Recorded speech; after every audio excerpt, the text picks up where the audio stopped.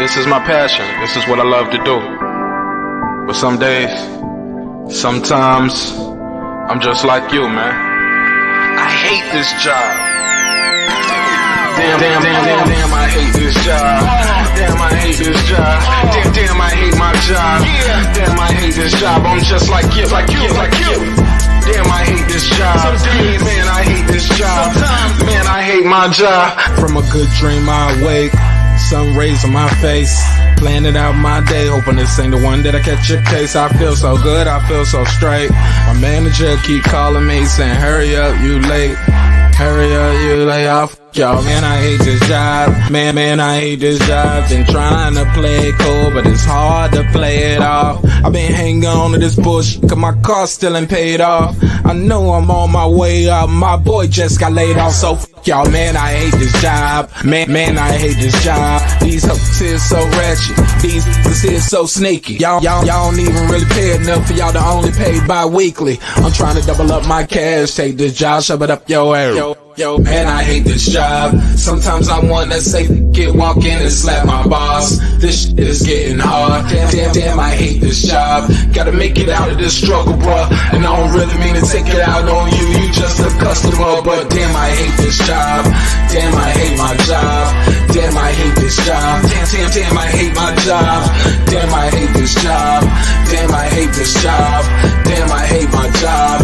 Damn, I hate this job. We're the reason why your stockholders always stay afloat. Yet I'm asking, are they hiring? Like everywhere I go, schedule will say 9, but I think it's fine if I clock in at 9:04. I work 40 hours a week plus overtime just to be bro. So f y'all, man, I hate this job. Hate that I applied. So much has transpired since the day that I was high.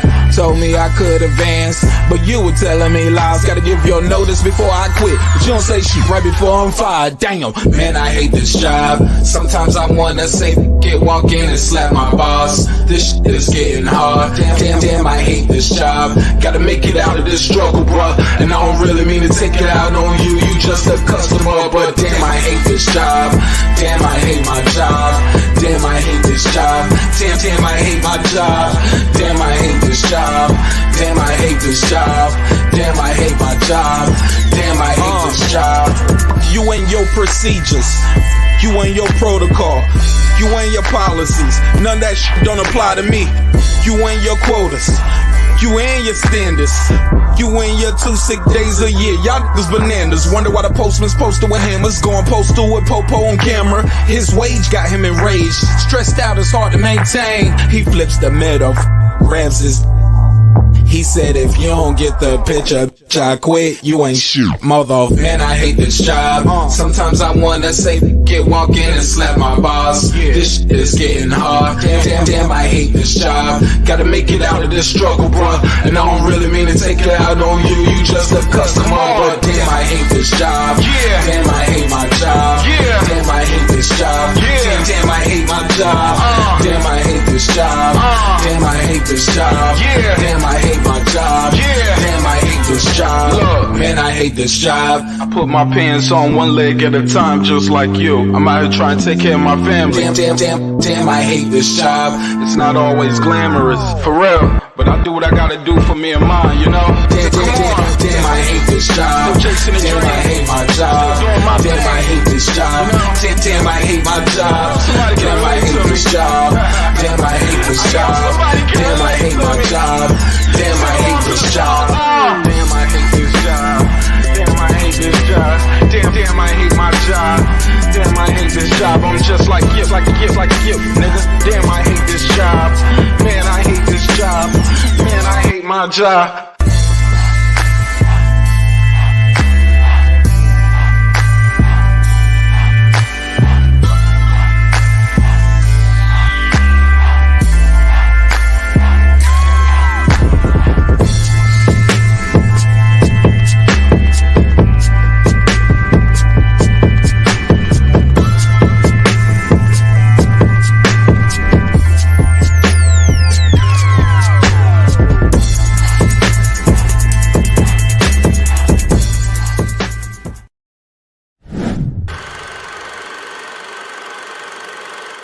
This that squad sound.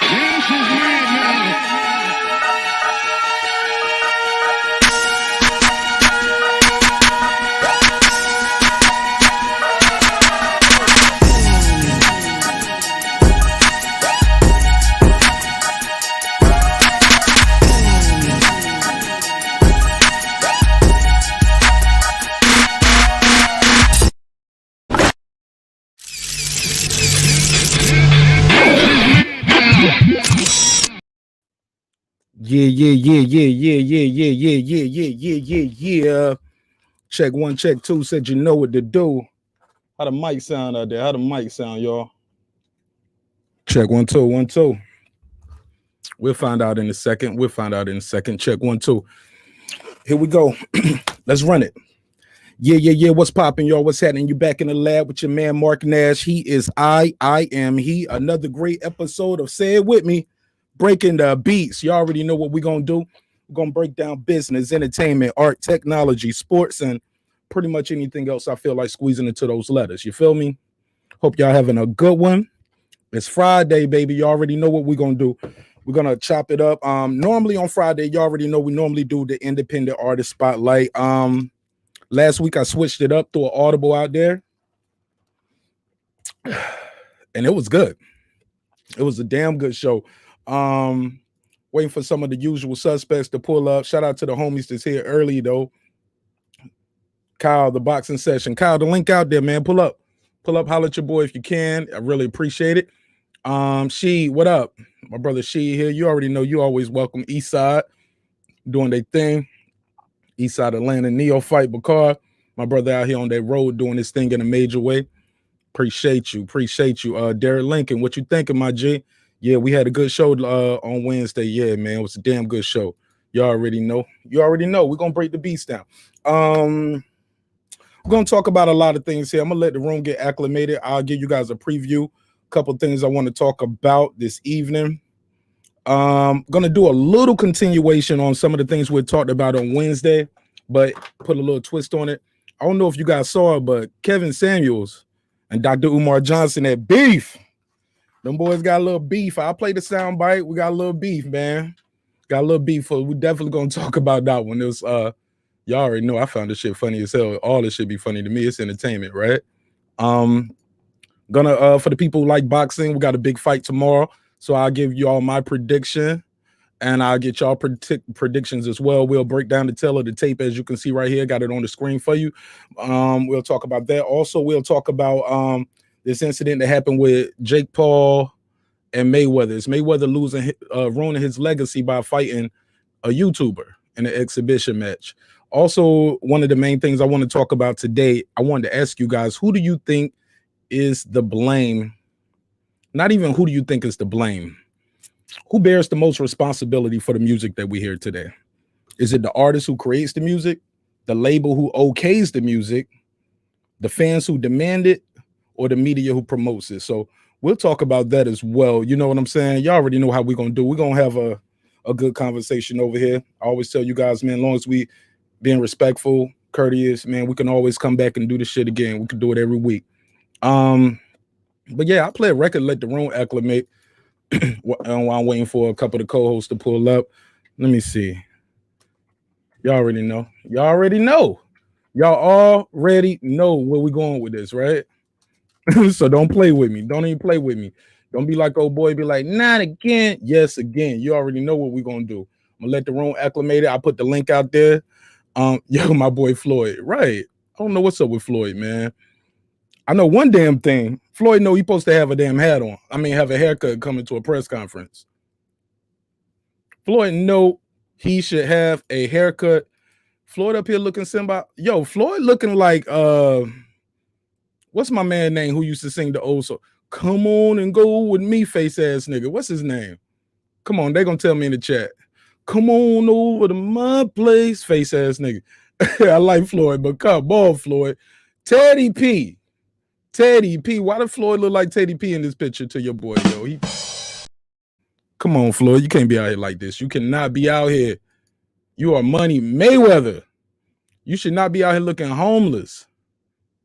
Oh my God, a hat coming off should not change your whole look like that. But it is what it is. We're gonna talk about that shit. We definitely gonna talk about that. Floyd Mayweather looking like Teddy Pendergrass. But we're gonna talk about it. We definitely gonna talk about it. I want to talk about that shit, man. But also, like I said, I want to know from you guys, is he ruining his legacy by fighting a YouTuber? Who is responsible for the content that we hear? You know what I'm saying? We're gonna talk about it. Let me play this Collards and Yams though, man. Y'all already know I gotta play that joint. Let the room pop up a little bit. And my new style is this, man. Y'all know I used to play 2 records to get the show, get the room acclimated. Nah, just one now. Collards and Yams. We'll play that leading up to the album every show. Y'all already know. After I introduce the topics until I drop the next video. I got another one. I think I'm trying to get that one done before I know I'm gonna be able to do it before June, but I don't know if I'm gonna have it dropped before June. I mean, before June the 11th. It might come out late June. But yeah, we got the next video already planned. And ironically, I'll tell y'all when it comes out, but ironically, it's a song called Grapefruit. So they gonna kill me in the comments for that. It was like, yeah, Collards and Yams, then you dropping grapefruits. This nigga whole album is about food. But no, it's a metaphor of how life can be bittersweet like a grapefruit. You get what I'm saying? Y'all see what I'm doing when I do that, right? Y'all know what I'm doing. Y'all know what I'm doing. It's your boy. So let me play this Collards and Yams. Let the room acclimate a little bit. You want to join the panel? Pull up. Certain people, you already know who you are. I'm expecting you to pull up. So let's get it.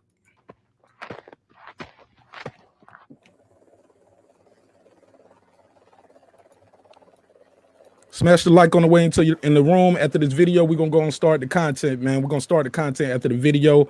We will start the show after Collards and Yams. Smash the like on the way into the room, and it means a lot to your boy. Collards on the table, Yams on the stove.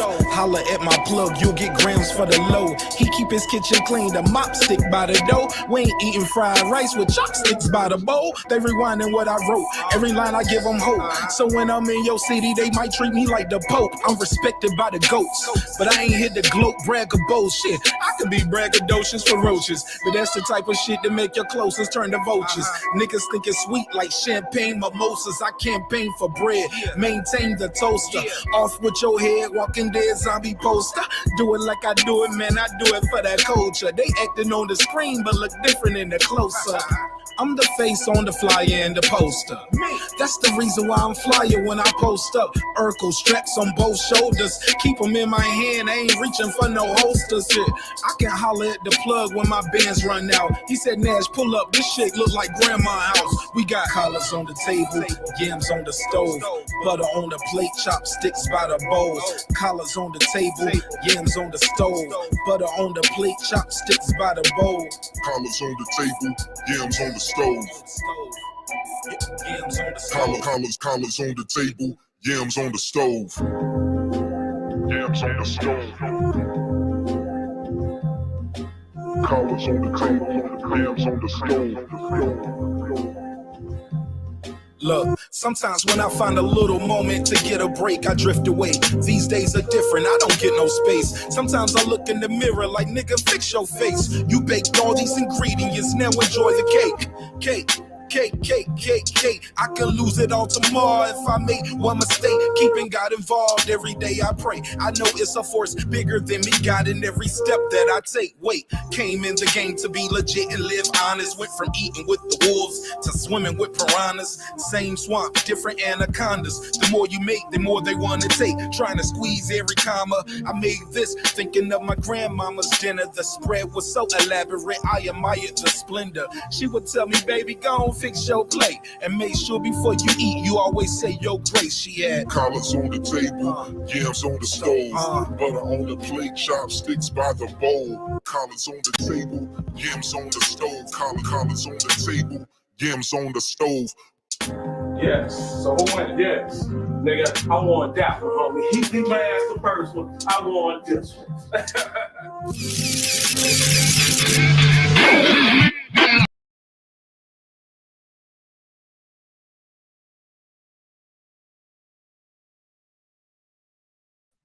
Yo, what's happening? You muted. I couldn't hear you. Yeah. It said Nash is mad now. I said Nash ain't mad.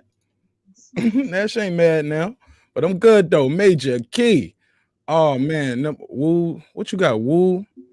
What you got right here, Major Key? What's this? Woo. ATCQ. What is ATCQ, man? I'm free. A Tribe Called Quest, Outkast. What are you talking about, Major Key?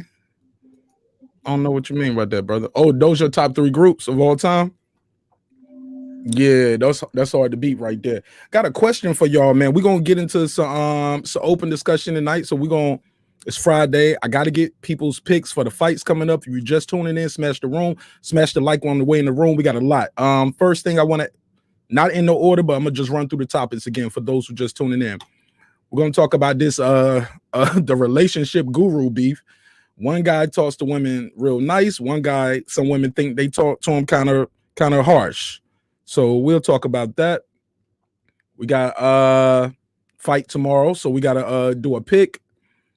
And we're gonna go through the tail of the tape. We're gonna do the pick. Also, we're gonna talk about Mayweather, the Jake Paul situation. Oh my God! And why does Mayweather look like Teddy Pendergrass on this picture? Yo, Mayweather looked like he just got back from a 7-year bid. Like, man. Yo, Mayweather didn't look like this when he did go to jail for 3 months. Mayweather That's looked what I'm like saying. Like, Mayweather looked like he about to say, "Close the door." Man, he looked like one of them soul like, singers. Man, listen, man. I saw that whole video he talking about. Yo, I'll kill him. Oh, I'm gonna show it. We're gonna show a clip. That boy from Flint. That boy from Flint. Oh, okay, Major Key said, yeah, that was from last week. He forgot he had to give me his top 3. Hey, Outkast won that shit, Major Key. Outkast won. But that list, the way we did it wasn't fair because some people had bye weeks that shouldn't have, like Fresh Prince of Bel-Air. Will Smith and DJ Jazzy Jeff had a bye week. They shouldn't have got a bye week. You know, NWA, Outkast, Run DMC, yeah, they should get a bye week, but not Fresh Prince. No disrespect to Will Smith, right? Hell of an actor, as far as best group of all time. But I do want to know, Major Key, with my other question though, since it is hip hop day on Friday, I'm gonna ask this question as well. Who is responsible for the content and the music that we're hearing and the messaging that we're hearing from artists? Is it the artist who creates it, the label who actually co-signs it and pretty much puts it out, they stamp it? Is it the media who promotes it, or is it the fans who demand it? So we'll talk about that, all those things and more. But before we do that, I'll drop the link back out there. Major Key, if you got time to pull up a little bit, that'd be cool. I know you got to do free smoke. I know they be doing that free smoke shit on my boy Black and Brown. Shout out to Black and Brown Boxing in a major way. Big up to you, homie. So yeah, Mike, talk to me real quick. How you feel this day? Happy Friday. Man, happy Friday, man. Peace to you and yours. Chef, what up? Chad, peace to everybody. Man, it's a beautiful day. It's crazy. It's a crazy, lovely life, man. But yeah, I'm just enjoying things. And, I seen you was on, so I had to pull up. You know me, I had to pull up. Thank you, my brother. I appreciate it. It's all love. Hey, look, man, what you want to get into first? You want to talk about these, the relationship gurus beefing? The hip hop talk or some boxing talk? What y'all want to get into? I'm gonna ask the chat too. Y'all want to talk about the hip hop now, some boxing, or the relationship shit beefing?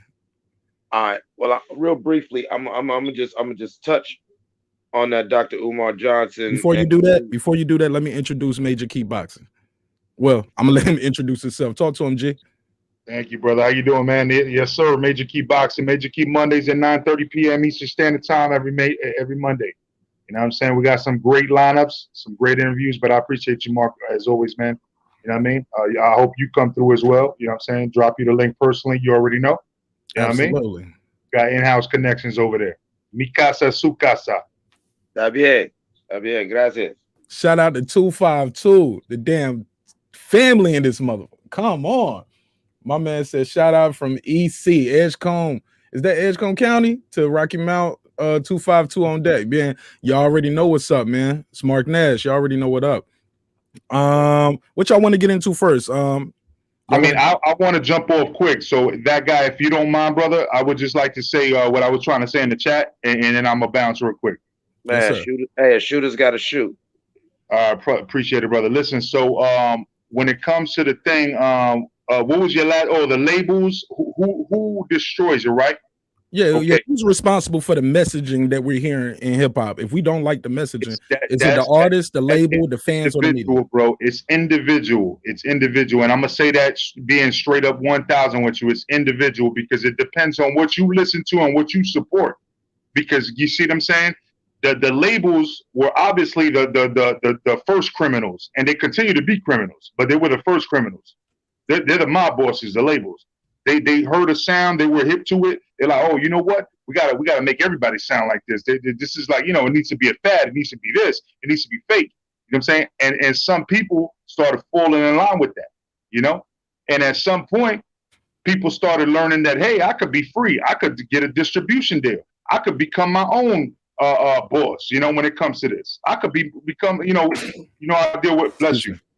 Sorry, you know how I deal with boxing. You know what I'm saying? Like, you know, I could become my own Floyd Mayweather. You know what I'm saying? I could do whatever I want to do. You know what I'm saying? I could become my own De La Hoya. So what I'm trying to say is that the labels obviously were the first criminals, but it seems like individuals are also criminals right now to the music because they just coming in for a bag. They don't even care. You know what I'm saying? They don't even care if they make anything that's credible, as long as it makes people dance in a club. You know, and people that are stupid don't even understand that it's under the label of hip hop, and there's no hip hop in it. There's no 5 elements in it, and they still rock with it. That's up to them. But there should be a different category, is what I'm trying to say. Does that make sense? What you mean by different category? It's entertainment. It's not hip hop. Well, I mean, you know, to build off what Major Key has said, I think it's like, you got to look at hip hop being the purest form, like say the root. And then as that root and that sapling started growing, now you have different strands of rap. You have everything from East Coast rap, West Coast rap, mumble rap, backpack rap, you know what I'm saying, gangster rap, all these different things. And we rate whether or not that's quality by, does it, like you said, does it have the 5 elements? Does it still have its core ingredients of hip hop? And we've got to acknowledge that there are certain new strands that, yeah, it's so far away from the source that, yeah, it's definitely rap, but no, it's not hip hop. And let's keep in mind, you touched on that right there, and I'm glad you said that, because number one, I'm going to touch on the word rap, and I'm also touching on 5 elements, because like right now, if you ask a lot of people what are the elements of hip hop, they'll only name you 4. They forgot about the most important one, which is culture. See what I'm saying? You could talk about, you know, MCing. You could talk about DJing. You could talk about breakdance. You could talk about graffiti. Those are 4 elements, right? But what's the most important one? Culture. Okay, that's the 5th one. You know what I mean? And a lot of people don't even know that nowadays. But anyway, the word rap also, let's keep in mind that the word rap started way back. You know what I'm saying? Way before hip hop. Rap meant talking shit. You know what I'm saying? So right. It says, hey, I'm rapping with you, bro. I'm rapping with you. You know, I'm talking shit with you. You know, and then you know it found its form in music, which was great because it was also part of hip hop as well. It was a form of hip hop. It was just rap though. It was shit talking, you know, but it was still on the beat. It was still on the rhythm, and you know, you kept elements of culture, right? Now, when it comes down to it, though, it's gotten so far from that, like everything with the mumble rap, like what he was saying, the mumble rap, and this it's gotten away from actual, like there's no creativity in it. It's really just a beat and somebody just finding you know what I'm saying? And I guess that takes a little bit of talent to put all that bullshit together. But Mark Nash, I listen to you rap, I could hear how you delivering. You see what I'm saying? When you're delivering with your hip hop message and you're trying to get a punchline with a fresh, you know what I'm saying, with a fresh punchline at the end to make sure it sticks. And then people are like, oh, that was a dope ending to that line. You know what I'm saying? People don't think like that. There's no creativity in it, man. And that's what disappoints me, because there's far and few in between of new you know, groups that I actually feel like that. But trust me when I tell you, man, like I said, I wasn't even mad if Outkast was number 1 on somebody's list, because Outkast actually, I was still living in New York when Outkast came out, and I was putting everybody on that. You know what I'm saying? I was talking about that Southern playalistic Cadillac music, you know. So, you know, man, that album was crazy, and then when ATLiens dropped, I had just moved to Miami, and I was like, damn, me and you, your mama and your cousin too. Man, that wasn't even a like, hey, on that album, though. That ATLiens album, that just changed the game. saying? Like, I don't Man. know. I can't picture hip hop without Outkast, so I wouldn't be mad at Right. them being Yeah. on number one. Like, man, Yeah.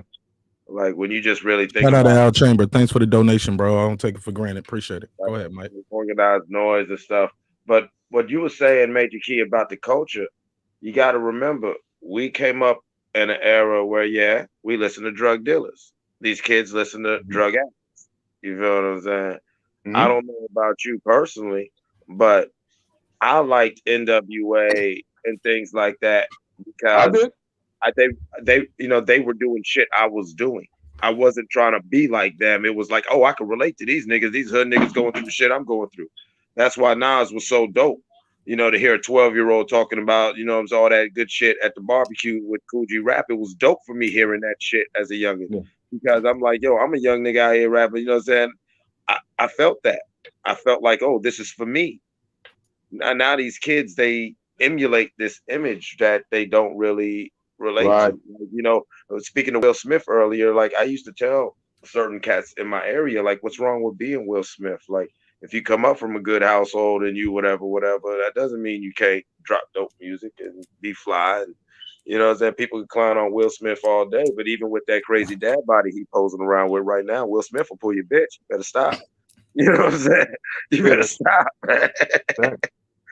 Yeah, I know. Actually, one of the songs that's on my playlist right now is the remake that this dude did with calling Will.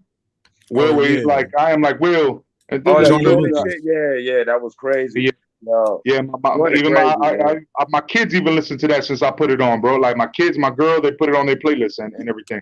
But that's what I was saying. I agree with you. I'm not disagreeing with you because NWA was part of my growing up as well. That's what I'm trying to say. But rap was a part of it back then because it was still skill. It wasn't just, you see what I'm saying? It wasn't just shit talking without respecting the culture. It was shit talking in a certain way. Like if you came from, you know, Oakland, or you came from, you know, LA, or you came from Chicago, you came from Baltimore, Miami, you know, well, Miami did a little different, you know what I'm saying?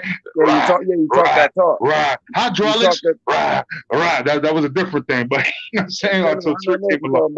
You talk, if you was from Miami, you talk that bottom boy talk. You feel what I'm saying? Especially back then. But you know, what I'm saying is that everybody had their own lingo. You know, I even remember Crucial Conflict. You remember them? Yeah, hey, in the middle of the barn, smoking on hay. You know what I'm saying? This is like, you know, but nigga Major Key want to have a sing-along tonight. I'm just saying, it's so many different. Yo, so many different. When I say codes, I mean like it's all hip hop, but it was so many different areas. Everybody was fiending to put their own energy out to show the world that, hey, we struggle like that too. We understand hip hop too. You know, and it was like a melting pot at that time. You know, and then some people took the torch, and Outkast was one of those groups. Well, you know, Outkast. I think Outkast, what they did is what they did a lot of groups. And I feel what you're saying. Like if you was from like say 8Ball and MJG, you had to respect them. You know what I'm saying? Like even a New York cat, it's not like, oh, these cats is rapping slow or whatever. You know what I'm saying? Old Suave House, like Mantilla and stuff like that. Like I don't care where Ghetto you are. Boys. You know what I'm saying? Ghetto Boys. Quality Bars was Quality Bars. You know, like, you know, we throw that line around a lot, but like, you know what I'm saying? Like, you know, my son 14, he don't know nothing about that, but he knows something about that because I always messed with him since he was young. I'll play some shit from when I was a kid. You feel what I'm saying? You know, some mad CJ Mack, some old crazy random stuff, you know what I'm saying? Cats, you know what I'm saying, forgot about, ain't heard of. And it's like, off a bar, listen to that song. No, he's actually saying something, you know what I'm saying? Yeah, he's whatever, but he dressed up a story. It's got its, you know, this is work. This is art. This ain't just somebody just mumbling to the beat with a catchy hook. So Mike, and Major Key, to make sure I'm clear, who did you say was responsible for the people just tuning in for the messaging? Major Key and then Mike. You know, I'm saying it depends on the listener because, you know what I'm saying, beauty is in the eye of the beholder. We have to show, well, first and foremost, as creators, and we're going to talk about this subject, we got to educate people like what we're doing right now in a sense, right? We're kind of educating without saying, hey, I'm telling you this, push it down your throat. I'm not saying that to anybody, but I'm having a conversation with y'all and in the portion of the conversation that we're having right now, we're educating at the same time. You know, so it's not like we're just, you know, just talking about something and just saying, you don't understand this. If you ain't me, you ain't ever gonna understand. No. We're talking, but we're dropping jewels at the same time. You know what I'm saying? In my case, I'm dropping keys. So who did you say was In my responsible case, for I'm the casting pearls. right? So Putting before everything at perspective. hey, look, but Major Key, before it gets to the listener, somebody is responsible for it. Before it gets to the fan, the artist creates it. The label either says, "Hey, that's not good enough," or "Hey, we need more ass shaking." And I'm sorry, go ahead. Corner right now, brother. I'm sorry. Now I don't mean to cut you off. You know how I am. You know what I'm saying? I could start a business on the corner right now, right, and just have the most luxurious boxes of shit for everybody for Christmas, for Mother's Day. You know what I'm saying? For Father's Day, we can have the most luxurious assortment of pieces of shit in a box. As long as it's got sprinkles on it and all that, we could sell it for like $10 a pop. You know what I mean? See, like, let him land, Mike. Go ahead. But it depends on who's going to buy it, is my point. Who's going to be hustled by that? You know what I mean? When we have such a long track record, right, of what should be a Mother's Day gift, what should be a Christmas gift, what should be a Father's Day gift. Instead, we're just going to buy this bullshit just because some hustlers are like trying to sell you it on the corner. The labels, I said, yes, they were the first hypocrites. They were the first thieves in the game. But we already have so much information on the internet and being spilled to us from other artists that are way beyond us. People that have been in the game for 5 generations and still cooking, like Busters. You know what I'm saying? Like LLs, like Fat Joes. You know what I mean? Like, we still got people cooking and nobody's listening. So whose fault is it if you get taught for 50 years and you still don't know how to get to high school? Go ahead, Mike. I'm gonna let you go, Mike. But before you say that, hey, yo, when you listen back though to some of the shit that we've been listening to for years, Major Key, in the words of my cousin Dro said it best. Yeah, we liked it, we enjoyed it, we listened to it, but the content was trash. The shit was killing and selling crack for a long time, bro.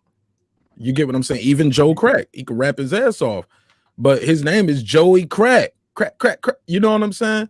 And blast that ad lib out all over the place. What are they saying right now, though? Huh? What are they saying right now? I mean, I'm talking about you mentioned his entire. You've been talking about how long the content been going on. I'm just saying, like, the content has been really rough and rugged for a long time. There was more skill to it, though, is what I've been saying since the get-go. There was more skill to it.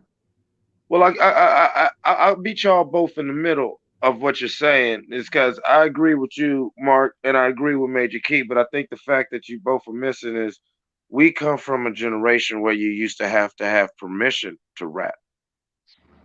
You know what I mean? The gift and the curse of the internet and taking things where a kid could sit in his basement, you know what I'm saying?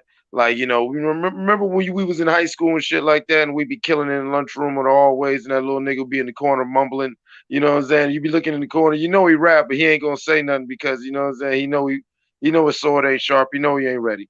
You feel what I'm saying? He ain't ready to get in this lunchroom because there's lions, you know, there's nothing but lions and wolves in the den. You know? Yeah.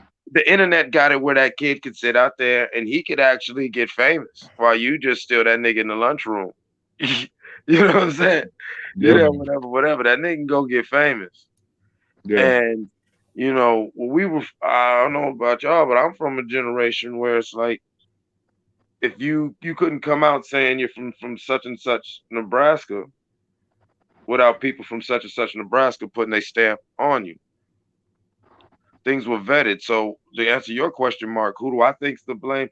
I think it's a two-step process. Well, actually 3-step. The first step is the engineer. I know you're getting this bag, but your name's on this work. You feel what I'm saying? And as the engineer, you know what I'm saying, you know, you got to hit that space bar. You know what I'm saying? You got to hit that space bar sometimes and just say, stop, hold on. No. You can't just be like, well, fuck it, I'm getting such and such an hour. It's your job, though, man. I can't tell you what you can't put on your burger if I work at McDonald's. Hey, but you know what I'm saying? You could say, hey, you could do that a little better. No, I can't. I'm losing my job. Telling I you, got hey, it. yo, you know you don't need that pork, man. You know you don't need no triple cheeseburger, even though we sell it at Wendy's. But You know what what we, I mean, though. what we can you do know is what get I you mean, this though, little right? coupon right Yeah, I here. mean, You know what I'm saying? You're gonna get 2 double cheeseburgers instead. You know what I'm saying? And you're gonna feel that Major Key said he gonna be like, yo, that's hot, discount for son. Yeah, that. that's You the know what I'm good saying? shit. Yeah, son, that was the dopest shit ever. Jay-Z, who? I feel you. Yeah, man. But you can't. As an engineer, I've worked sessions here, and in Atlanta, I can't go in there and tell Mace when I'm engineering for him. For one, I can't tell him it's trash. You know what I'm saying? I'll tell him, hey, you can do that better. Hey, man, That's do what I'm that saying. take again. I'm not saying shit on the nigga. Hold on, Mike. Let me speak it. Now, but for me to tell him what he should and should not put in that verse, not only will I get kicked out of that session and I won't be engineering there, I would not be engineering at Icon Studios anymore. If so, it'd be my own sessions, but they won't allow me to engineer for Maze and Rocco or nothing like that. They're gonna say, nah, bro, you talk too much as an engineer. You putting in your sauce and the flavor. I mean, putting your flavor in what you want in there. You supposed to be a ghost running the machine. You know what I'm saying? And granted, as an engineer, you can probably build up a rapport like somebody like Guru. I'm sure he has a rapport with artists because he's worked with Jay-Z all the time. That they'll ask him and he'll tell them, hey, bro, you know that ain't you. You know, he can have those one-on-ones, but just a regular working engineer like myself or somebody who's freelancing or an intern trying to work your way up, you can't tell that artist, yo, your content is trash, bro. You ain't talking about killing people. That shit whack. I want to talk to you offline about this one, man, because you got a great point. But I want to connect you with somebody. I'm not gonna talk about that right here, bro. You know what I'm saying? But you my homeboy, bro, and I know that your personality by itself is gonna win people over if you talk to this dude, bro. Just so you know, man. I'm gonna talk to you offline about this one, though. Is it somebody from Terror Squad? Nah, you wish. You know, I wish. I know you in Florida. I know you got that connection, man. Nah. This nigga about to get me signed to Terror Squad. Watch this. My next episode gonna be like, you know, that last episode. Forget all of that. I'm about to make some trash content. Yeah, man.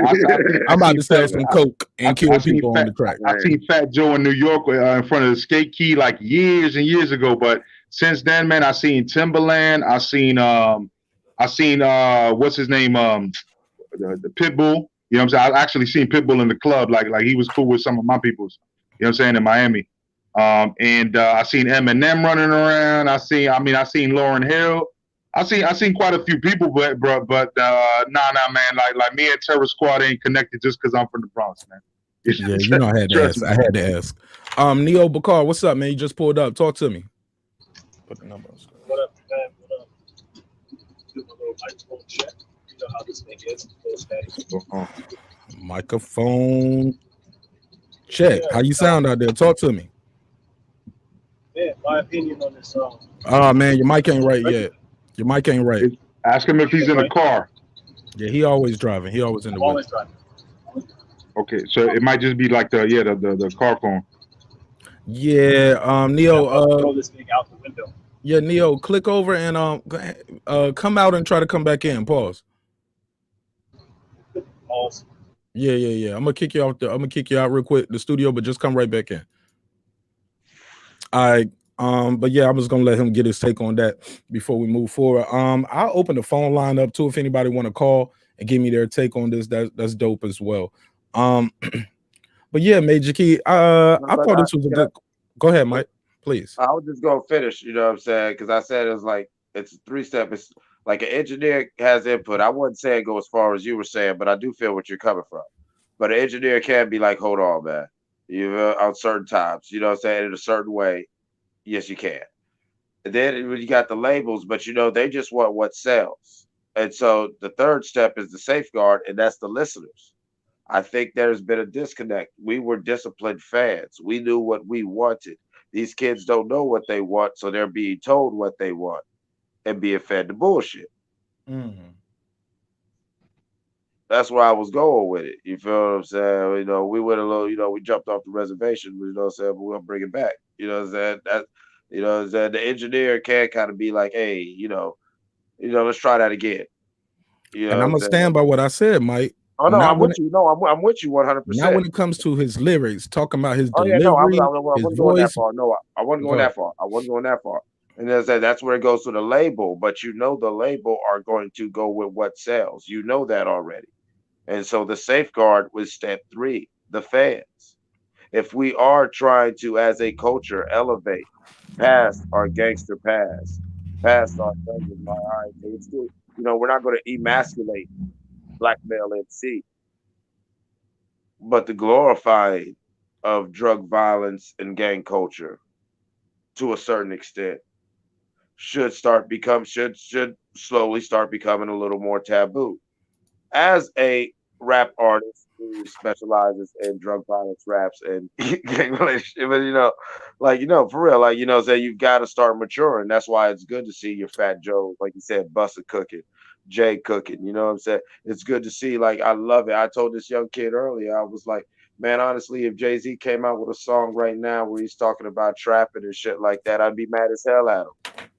That's why I love them. You know what I'm saying? Start talking about growth. They laughing at that cryptocurrency line from Nas when that's genius. Like, this is Nasir Jones. Like, do you know what year Illmatic dropped?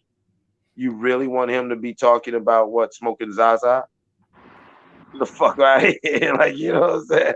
Like, you know what I'm saying? That's probably why there's been that big internet debate about, do these kids know their history? Can you not appreciate someone like Too Short, who's been making albums since 1986? Okay. Well, let me see if Neo mic is working. Neo, your mic working? I'm gonna try it one more time. If not, Yeah, I'm gonna just good. wait until I get. Yeah, you sound good now. You sound great now. All right, give me your take on this, Neo. Go ahead.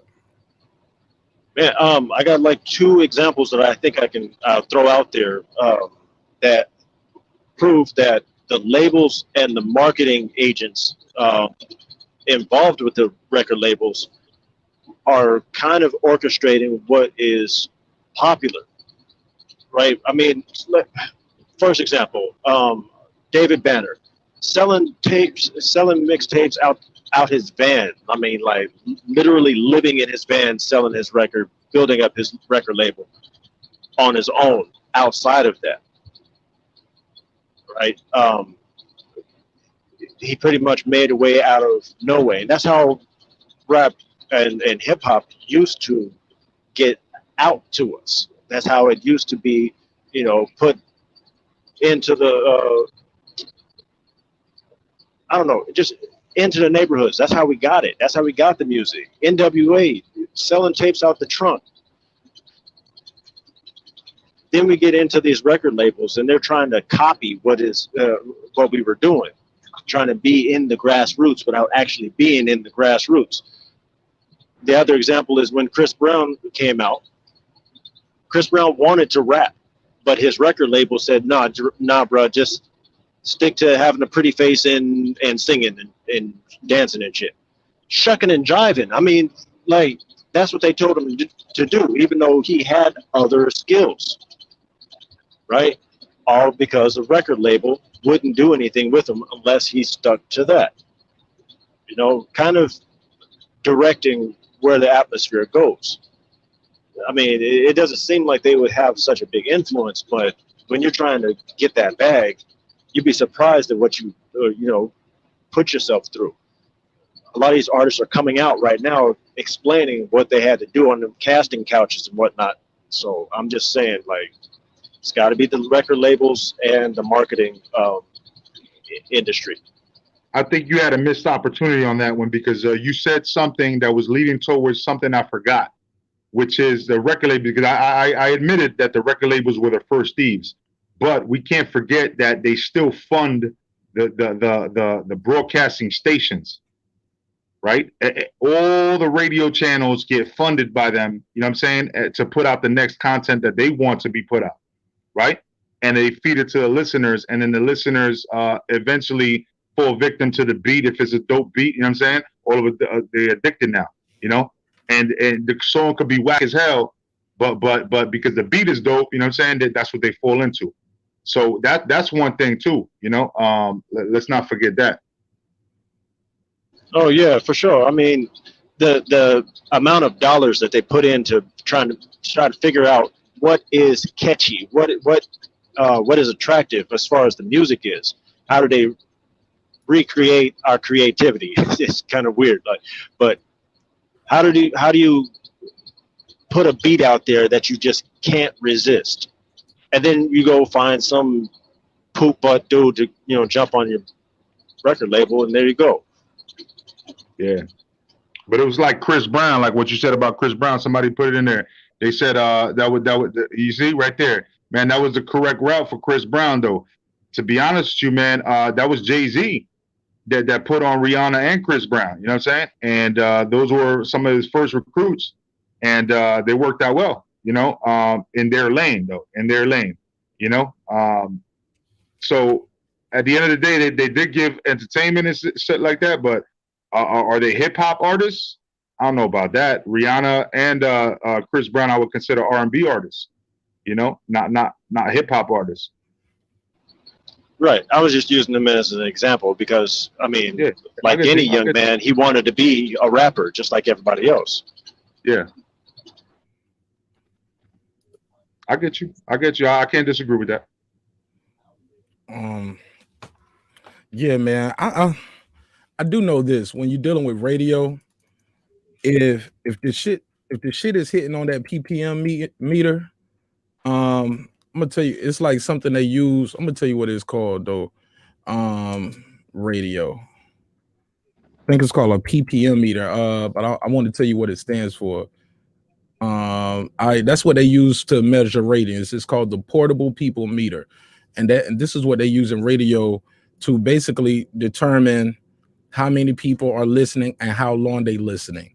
You get what I'm saying? Like if I turn on this song and people are staying for X amount of time, almost like with YouTube. I ain't got to tell you guys analytics. I can see where people are watching for how long and how many people are not only watch, but how long they are staying for a certain amount of time for certain subjects. And then what's working, what's not working.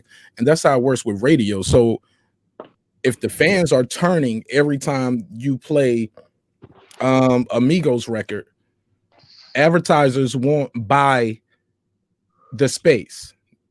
You get what I'm saying? The radio won't play the record because the advertisers want to get on the. That's why they even do sandwiches. They'll play a hit record, they play a record you don't know that much, then they play another hit, and they build them up to the point you feel like, man, I'm hearing the same song all day. You probably are, depending on where you at, because those records, the PPM meter showing this is a hit, and we need this for advertising. So it does go back to the media a little bit. It goes back, a lot. It goes back to the fans. But let's be real. It's some guys out there who you do not hear on the radio, but they're very successful. And like Joey Badass, I think he was just in this movie. It's on Netflix right now. It's called Two Distant Strangers. Great movie. But you don't hear Joey Badass on the radio in Atlanta. It's a lot of people. You don't hear Tech Nine on the radio. He's wildly successful.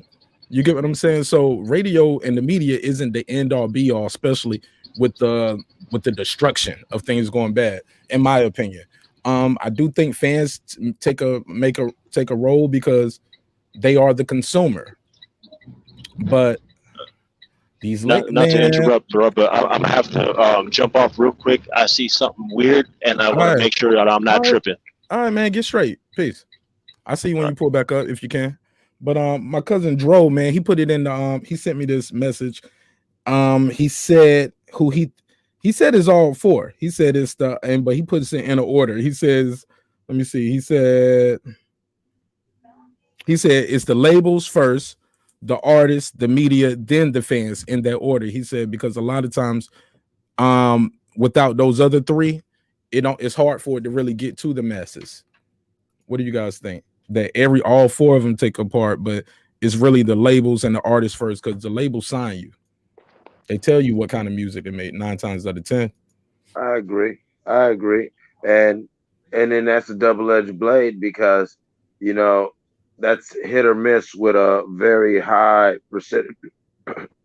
Excuse me, with a very high percentage of failure for labels who try to go in and say, okay, you just do what you want to do, especially on a new artist. And so on some levels, the label has to have a hand on this to ensure a return on their investment. And then now you wonder, okay, now how much are they influencing them to just do what sells? Of course they're doing that. What part of that is wrong? You feel what I'm saying? Like there's it's a double-edged blade that I really do. I agree with them, but I'll keep saying the fans are the safeguard. All right. Shit, Major Key, you got anything else you want to add to this before we move to the next one? And Yeah, I mean, somebody said it wasn't Jay-Z who discovered Chris Brown. I did a quick Google. That was Keen Mitch. I would tell him to check again because I'm doing a quick Google right here, and it says Hit Missions Records. And it was Lamont Fleming who discovered him at the age of 13. They came to a gas station. And who did he sign to when he got famous? I'm pretty sure it was Def Jam. Def Jam. I think he was signed to Clive Davis. One of you over there with J Records. Clive or some shit. So it wasn't Def Jam? No, that was Rihanna though. You was right about Rihanna, but it wasn't. Chris Brown wasn't signed to them. He's never been on Def Jam. He's always been I always thought that's how they started their relationship, but I'm a man, so I could stand corrected.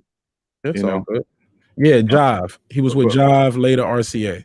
So CBE, Jive, RCA. That was his first record label. But what I will be correct about is my next analogy. You know what I'm saying? As far as this hip hop thing, who's to blame? The cartel, the transporter, the average drug dealer, or the addict?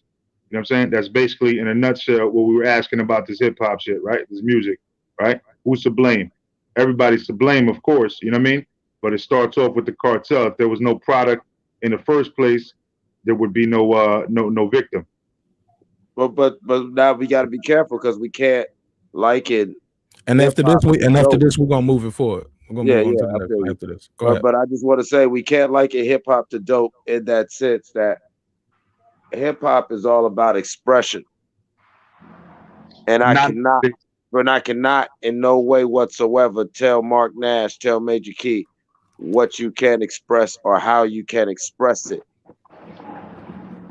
All right. I can, as a fan, I can just either participate by buying your album, supporting it, listen to it, going to shows, buying merch, etc., or I could not.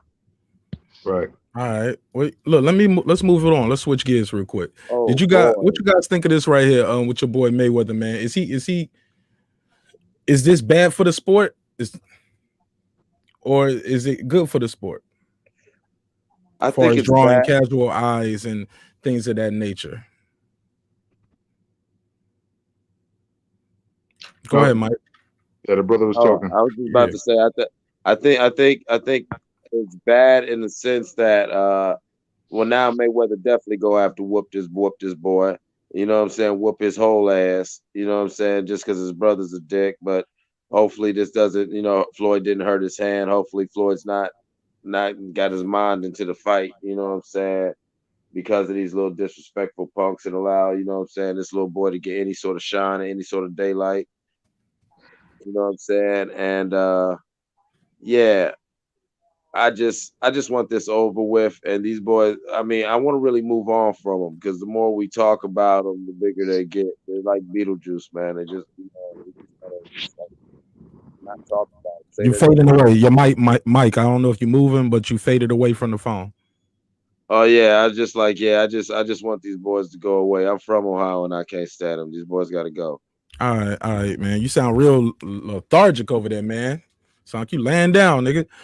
Major Key, is this good or bad for the sport, my brother? Man, this is so ridiculous, bro. I don't even want to talk about it. That's how ridiculous it is. I mean, if you force me to elaborate, Mark, then I will, but it's ridiculous, man. You know what I'm saying? Like we're talking about this instead of a more important hip hop conversation, right? Or a more important fight that might be coming up. And you know why? Because Mayweather is throwing another circus for us, man. You know what I'm saying? He was great when he was in it, but right now he's just throwing a circus right now. You know what I'm saying? It's not a real boxing match. We all know that. He's fighting a YouTuber. He's just trying to cash some money in. You know what I mean? He's already a Hall of Famer, so it can't add to his record. You know what I mean? Like this is like, it's a waste of time, bro. I'm not gonna spend my money on it. I wish that Tiafimo wouldn't have moved or Triller wouldn't have moved that date. But however, I see why they might be a little worried about that. You know what I mean? But they're the day after. This Mayweather thing is the day after theirs. No, they're considering moving the date to June 19th. Oh, damn. Yeah, they're considering moving the whole date, the whole card to June 19th. Damn, man, I wanted to see that fight, but hey, I want T.O. to get his bread. That ain't something he does. You know what I'm saying? That's the people who got to pay these guys. And yeah, man. So you think this is bad for the sport because it's taking attention away from other things, and this is more of a circus act. It's bad for the sport because it's not actually the sport, and it's taking away attention from the sport. Okay. Derek Lincoln in the chat disagrees with you. He said this is good for the sport, more eyes on the sport. I agree with Derek Lincoln on that. Some people are gonna watch boxing on June the 6th who never watched boxing in their life. They are YouTube prank, they do pranks, they're gamers, and it's all because of Logan Paul. Can I respond? I wasn't quite done. I wasn't quite done yet. I was just taking a breather. No problem. Whenever you do. I was taking a dramatic pause, my brother. And I believe that you're gonna get guys and girls who watch boxing on June the 6th who will never watch boxing, who's never seen a Mayweather fight in their life. They know he's Mayweather, but hey, I don't watch boxing. Plus, I don't care about him. But the YouTubers, the YouTube community, they're gonna come out and support their guy. And it's not even a real match. Like someone said, this is an exhibition. And I think it's gonna put eyes on the sport. Hopefully, some of these translate over to people who will watch other matches. But I'll let you reply now. Go ahead, Major K. With all due respect to Derek Lincoln and what you just explained on his behalf, what I have to say is that it's not the sport, though. It doesn't bring eyes to the sport because it's not the sport. Mayweather is not like in the sport anymore. It's just an exhibition. It's not the sport. Logan Paul is a YouTuber. He's not in the sport. It's an exhibition. So what are we? What kind of exhibition? I'm sorry. I run a boxing channel, bro, to literally entertain and educate the casuals. So how can I be responsible to that extent where I'm going ahead and saying, hey, guess what? This is a great fight. It's not a great fight because it's not a fight. These are not like professional boxers anymore. You know what I'm saying? Logan Paul can say he's professional with a 0-1 record, but now he's fighting Mayweather, and it's an exhibition, so it doesn't add to his resume. It doesn't do anything. He's a YouTuber. That's it. Let me know when you finish. I don't want to interrupt. Done, my brother. I'm done. I'm sorry. No, you good. No, you good. You good. I can't see you, so I don't know. I don't know if you was taking a dramatic pause. My brother, I gotta disagree with you there. It's an exhibition boxing match. They're not playing exhibition ping pong, kickball, thumb wrestling, volleyball. They ain't gonna go in there and like they're gonna put on the gloves. They're gonna put in a mouthpiece. I don't know if they got headgear or not, but they're gonna be throwing lefts and rights. It's boxing. It's not nothing that counts for for a significant thing. It's not like for a title. It's not gonna go against Mayweather's record. But my man, it's a boxing match. You don't like the competition, you don't like whatever. And Mayweather is known from boxing. People know he's the boxer. He's supposed to be the best. And it is a chance that something could happen in some people's mind because of the weight difference. Mayweather can come in, can't weigh more than 160. The dude Paul can't weigh more than 190. So this is intriguing to somebody. That's something you can't even get in real boxing. You don't get nothing like that where somebody 30 pounds. We can have up to a 30-pound difference. And the difference for that is because he's so good and the dude weighs so much, we can't drain him all the way down. Okay, but I won't come up too heavy neither, though, because if I was big at this skill set, he'll really hurt him. So I get it. I think it's intriguing. I think it's fun. Before you reply, I want to let Jay Blues Radio get in. What's up, Jay? Hey, what's going on, y'all? How you doing, man? What's going I'm on, brother? always good, Jay, even when it's bad. How you? I'm great, man. Except for this nonsensical horse shit ass circus they're trying to put on, man. He ain't gonna touch Floyd. Floyd's gonna beat the fuck out of him worse than Conor McGregor and probably stop him earlier. Like the weight, the height, all that shit doesn't mean anything, man. Like it's a complete fart. And is it true that they're doing 2-minute rounds? Yo, I'm not sure. I heard something like 8 2-minute rounds. It's dumb as fuck, man. Like it makes no fucking sense. And why, bro? For real, what is going on with Floyd?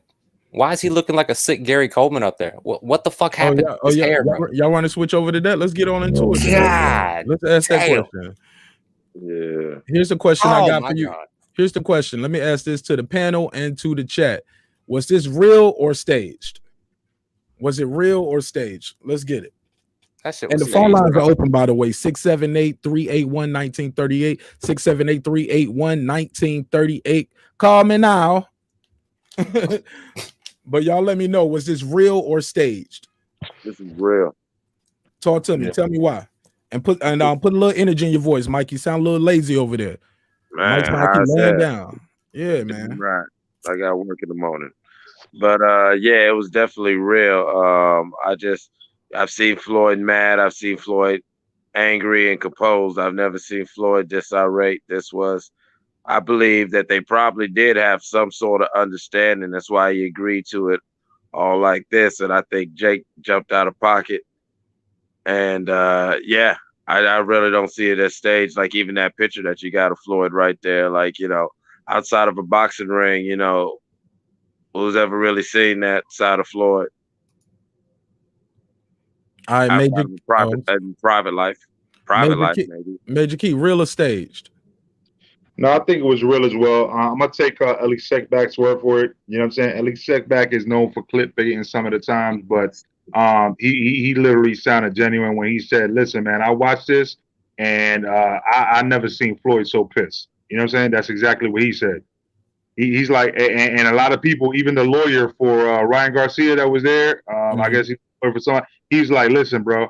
He's like, I stood away from that. That was real. I never seen that before. Like we usually have like a little, you know, pushing and shoving or something like that for the cameras, but that's about it. But this was an actual brawl. You know what I'm saying? Like Mayweather's bouncer punched Jake Paul. You know what I'm saying? So yeah.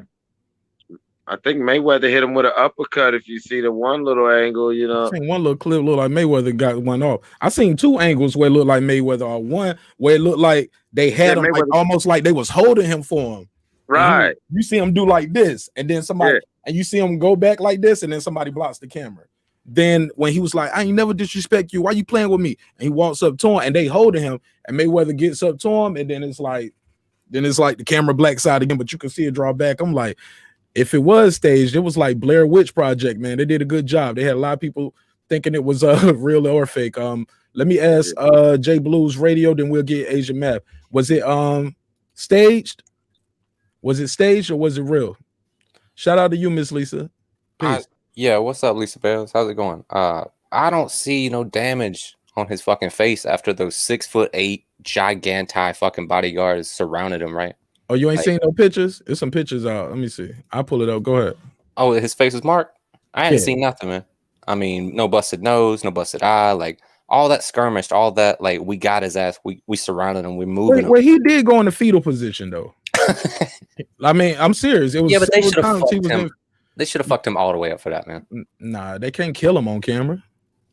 I mean, I understand he's worth a lot of money. He's got a huge credit to his name, but I mean, that's Floyd, bro. That's Floyd's whole MO. Like, you destroy anybody coming near anybody that's fucking with TMT, you kill them.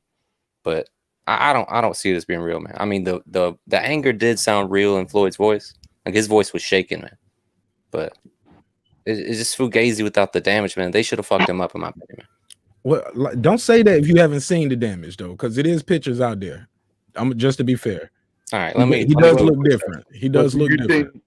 Do you think that it got to him that Logan Paul was talking about that you know, about his wife and his kids and his domestic violence, and then talking about that he can't read or write and shit like that? Say that again. Yeah, Floyd didn't like that shit. What about? Yeah, About what? when Logan was talking about that he can't read or write, talking about his wife and that his one loss was against his wife, you know, and this and that, and you know, like talking mad shit about his whole personal life, and then also talking about the fact that he can't read or write. And Floyd tried to make it about race to deflect, man. Like he tried to bring it up on some bullshit. And Logan Paul was like, "Why are you trying to make it about race, though?" And he said, "Because it is about race." So what was the question again? I'm sorry. Was it real or fake? No, I'm saying what was the question Major Key was asking me? No, I was answering your question by saying that I think that Logan Paul might have gotten to his head first. Oh, okay. And then he lost his shit when Jake Paul snatched his hat. That could be fair. I think another. I'm gonna go to Asian Math and Neo, but when I watched it, bro, the press conference, I've seen Conor McGregor say and do some shit that was wild. He touched the Pat Floyd head like he was a dog at one point in that press conference. Floyd didn't budge. 50 Cent, a lot of people talked about him can't read. Breakfast Club did a whole clip about it. He didn't like it, but even in this one, he was like, "Yo, I'll beat them both up on the same night, Puss and C." You know what I'm saying? They even laugh. Like I'm sure they know the press conference. Hey, it's gonna be vulgar. We're gonna talk some shit because we're gonna sell the fight. But you, little brother, you ain't got nothing to do with it, and you damn sure shouldn't be touching me, taking my hat off my head and running with it. Where I'm from, we call that a robbery. What's the difference between doing that and a chain snatch? You get what I'm saying? Because you get what I'm saying. So, but that's too far, in my opinion, because I ain't even fighting you. That wasn't in the contract. That ain't what we agreed to. But you up here all in my face after the fight, touching me and taking my shit, trying to run with it. Man, what you think? No, bro. Grab him, please. Thank you. Let me get this real quick. What you talking about, boy? Stop playing with me. And, and Floyd, I think Floyd instantly got mad too, because when the hat came out, he said, "Got your hat." Everybody started laughing too. But they won't laughing because he took his hat. Got your hat? No, we're laughing because we see you looking like Teddy Pendergrass. Come on and go with me, face ass. You know what I'm saying? Like Floyd looks rough right here. Floyd looks like Floyd look like he'll fix your catalytic converter, sell you out. Floyd look like that guy outside the quick trip. Hold on, Mike. Why Floyd look like he asking for change outside the Quick Trip or something? Like, you don't look. Floyd look like he trained pit bulls on the weekend right here. Floyd looked like Uncle Ben when he was young, learning how to cook rice. Floyd looked like he just out the McDonald's trash over on Kings Highway. And God, it can't be that bad. What the? Yo, Floyd looked like he got dick hair on his head and face, bro. He got pubes on his head. My man said Floyd looked like Caesar. I don't want to go that far because that's a monkey, man. That's too far. That's going too far there, Lincoln. I don't want to call the man a monkey, but damn, man, he do like to believe in evolution, though. No, I'm just saying it. I don't want to call him that, but I ain't gonna call my brother one. He's a king now. But yeah, he's a king amongst kings. You know what I'm saying? He look like we trying to keep it light, Floyd. Yeah, he looked like Mr. T without a haircut. That's what he looked like with the sides. Yeah, Floyd look rough, man. Floyd look rough. Floyd look like. Tell me he don't look like Mr. T. Floyd look like he got a chia pet growing out of his face. Hey, yo, Floyd look like he wearing third shift at the Waffle House right now. He look like he gonna make you the bomb ass scatter smother cover chunk. You already know. Floyd looked like that dude when he walk up to the club, the bouncers be like, "Oh shit." Floyd looked like he missed the Miami Dolphins draft by like this much, and he still wear the outfit. I ain't gonna lie, they was clowning his outfit and his Air Ones. I couldn't see if his Air Ones was scuffed and dirty from the clip. I can't picture Floyd doing that. If so, it got scuffed and dirty on the way there. Like, but and they was clowning the outfit. I ain't gonna lie, I thought the little TMT Miami Dolphin color shit was kind of fly though. I ain't gonna lie, I thought the shit was dope. Nah, he looked like fucking looking for cigarette butts outside of Applebee's. What the fuck, this dude? Why does he look like that?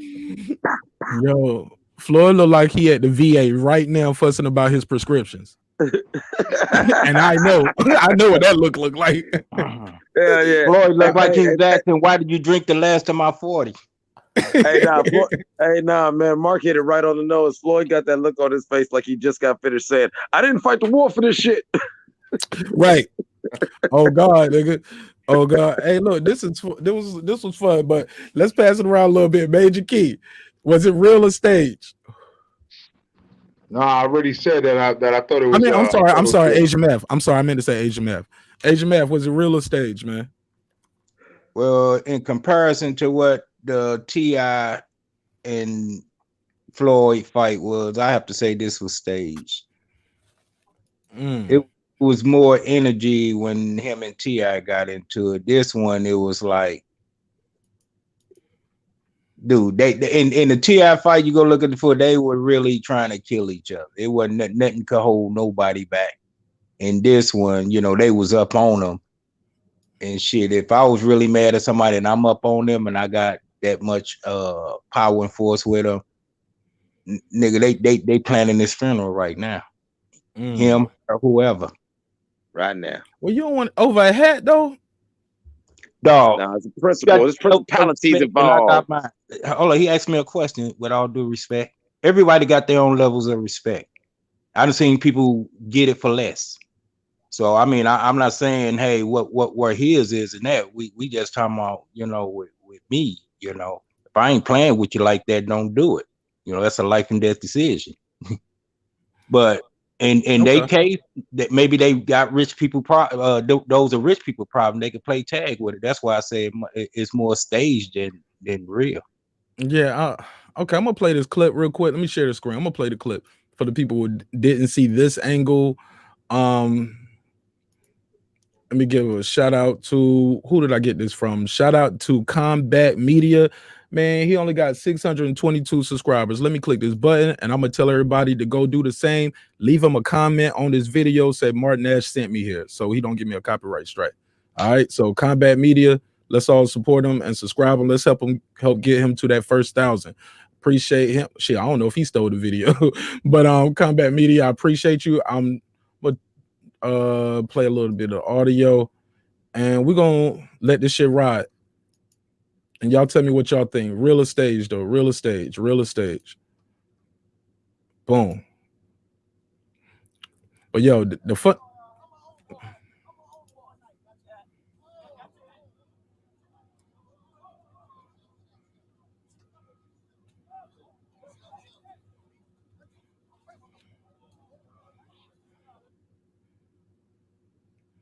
Hold on, y'all. It's gonna buffer up. My bad.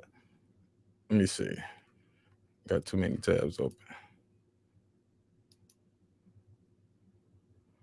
Damn, let me come back out of there. And I restart. It looked like it need to be buffered.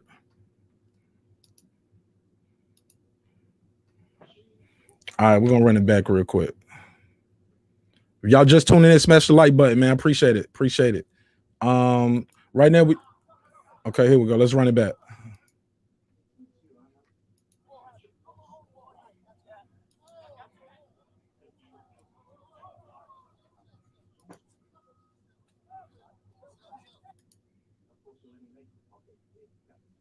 Okay, that was me doing it that time. I'm blowing it up.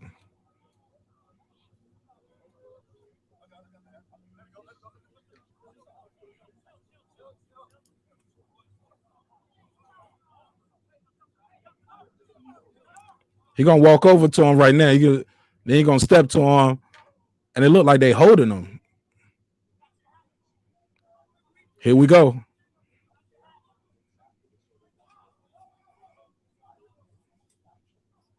And then they on, and then he's saying, "Fuck him up, fuck his ass up." And then he balled up. He in the fetal position. Let me take this off the screen. Yeah, man. Real or stage, yo. Real or stage. Let me ask y'all: was it real? Was it stage? I think talking to the chat. Talking to the chat. I'm sorry. Go ahead. Like he obviously got hit at least 2 or 3 times. Like when he came out of that scuffle the first time, and you said Floyd's about to step to him, like his face was like he was taking a breath, like fuck, like he was dealing with the trauma of just being hit. And then when he balled up, like you said, against the wall, when bro, straight fetal position, bro. They You ain't jumped. never seen nobody like that. Yeah. He put his hand trying to up over his protect your ear, right? face, protect your temple from getting knocked out. You probably getting a lot of body shots. You trying to find your way out. You can't even really fight back. It's too many of them on you. Far as people talking about biggest bodyguards, a lot of times bodyguards can't fight anyway. Them niggas just be big, yo. They just be big. You can't reach their face, and you can't scoop them up and slam them. You know what I'm saying? So they just be big dudes. His brother had a heat in an interview after that shit. Like he was walking out of the building and just stopped for an interview with the press or whatever, and he said like this is a whole shaking. You can tell. I seen that one. He was talking about it's a whole nother level of like it was just a fight before, yada yada. Now it's life or death. Like they jumped his brother for real, man. I mean, he deserved that shit, but I didn't think that he actually got hit. I thought it was a whole, just a performance, man. But damn, I ain't never seen that shit. Yeah, Tank, I feel you on that, Tank, and I feel Asia Math on what he was saying too. But I don't expect Mayweather or somebody like that to beat him to a bloody pulp or kill him right there in front of all of these cameras. You get what I'm saying? Just because the outcome wasn't as severe as some would want. I mean, he's Mayweather. You know what I'm saying? Can't do that. Can't do that. They're gonna take every penny you got, in my opinion. You know what I'm saying? But also you gotta be you gotta it's gonna be some kind of reaction, but you can't kill them. You can't beat them beyond recognition.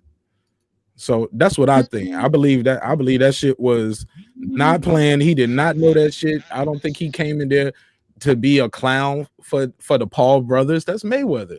He's not there to be a clown for you. I'm gonna not get my hair cut. I'm gonna look rough, and you take my hat, and then we're gonna chase you down and look like we beat you up. I don't see that, bro. I don't believe that, yo. That's my opinion. Yeah, maybe everybody took it like it might have been real, and Mayweather took it light on him. But like I say, you know, I don't know. You know, I say it probably was more staged than real, but it could have been real, and it just went wrong. I mean, or however, you know what I'm saying? Mayweather just took it light on him. But back to when you saying, is it good for the sport? I feel the undercard can make it good for the sport. If they put on a credible undercard. We got to give it a time to see how that manifests. Okay.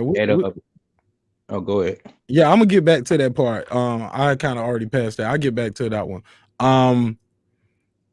JC, what's up? Yo, what's up, man? What's up, fellas? Didn't want to interrupt. I was listening to your you guys talk there. No, great. Tuned in. Thanks for calling in, beaming in. Was it real or stage, JC? I think, man, that you know what, Floyd's a businessman, Logan's a businessman, Jake's a businessman. They know what's at stake here. I think they might have had some discussion that was going on beforehand where they knew there was going to be something. Like when you think about it, man, like Floyd was on stage and Jake walked up to Floyd and untied his shoelaces on stage. And Floyd didn't do anything. He just stood there and allowed it to happen. And even Logan pointed it out, and Floyd didn't react at all when that happened. So I kind of feel like there may have been some discussions beforehand where like, yeah, I might try to punk you a little bit, or I might try to troll you a little bit. And that was that. But I think what happened afterwards was something that Jake went above and beyond, you know what I mean? To kind of flex his brand. And I think that went outside of the lines that was prearranged, and then it blew up and escalated into what we've seen. It's kind of my opinion on it. All right. And I put the link out there. Shout out to Cloud19. I appreciate you pulling up. Definitely. How much? Nothing much. How live been for you? How life been? I'm good. Thank you. But where was we at? We got another topic we got to get to. But before we leave this one, I definitely want to ask you guys, who just pulled up and you just listening in, is this good or bad for the sport? This Logan Paul Mayweather fight. We'll start with JC and then we'll go to J Blues. I don't think, Asian Math. JC, talk to me. Is this good or bad for the sport of boxing? I don't think it's bad for the sport, man. I mean, I think it's bringing more eyes on the sport, and I think what we have seen is we've seen fights based off of fight promoters. We've seen a lot of dilution within the weight divisions. We've seen a lot of fights that we want to see that wasn't given to us. And now we're in this new era where we have people that have social media followings that are their own promoters, and they're creating that drama. They're creating the entertainment factor for the sport, which is what is going to bring in most of the casual fans. I think there are a number of hardcore boxing fans. There's a hardcore fight fans, and there's only a certain capacity. There's only a certain amount of those individuals. So if you take every hardcore fight fan in the world and put them together, you can only draw so many pay-per-views, right? And I think now we're in a time where people want more money. We want bigger shows. We want more entertainment, that we need to draw in more casual fans. And by doing that, we need to bring in these promoters, these self-promoters. Sorry about that. That was the phone line. Go ahead. No sweat. Yeah. So, I think we need to bring in more people that can bring that entertainment to attract more of the casual fans, because it's the casual fans. When you get the attention of the casual fans, that's what draws in the crowd and bumps up the pay-per-view numbers. And that's what we're seeing with this new era of, social media influencers. So I think in the bigger picture, it's good for the sport considering where the sport is at today. Hey, Jamav, talk to me. Mayweather, Logan Paul, is it good for the sport of boxing? Is it bad for the sport of boxing, in your opinion, sir? We done seen this before. 76 Ali versus Tony Inoki. And it elevated the Ali brand. So, but Ali was still fighting professionally. As I was saying, in this case, Mayweather, he's pretty much retired. I don't see him coming back. Therefore, I would say have a decent undercard.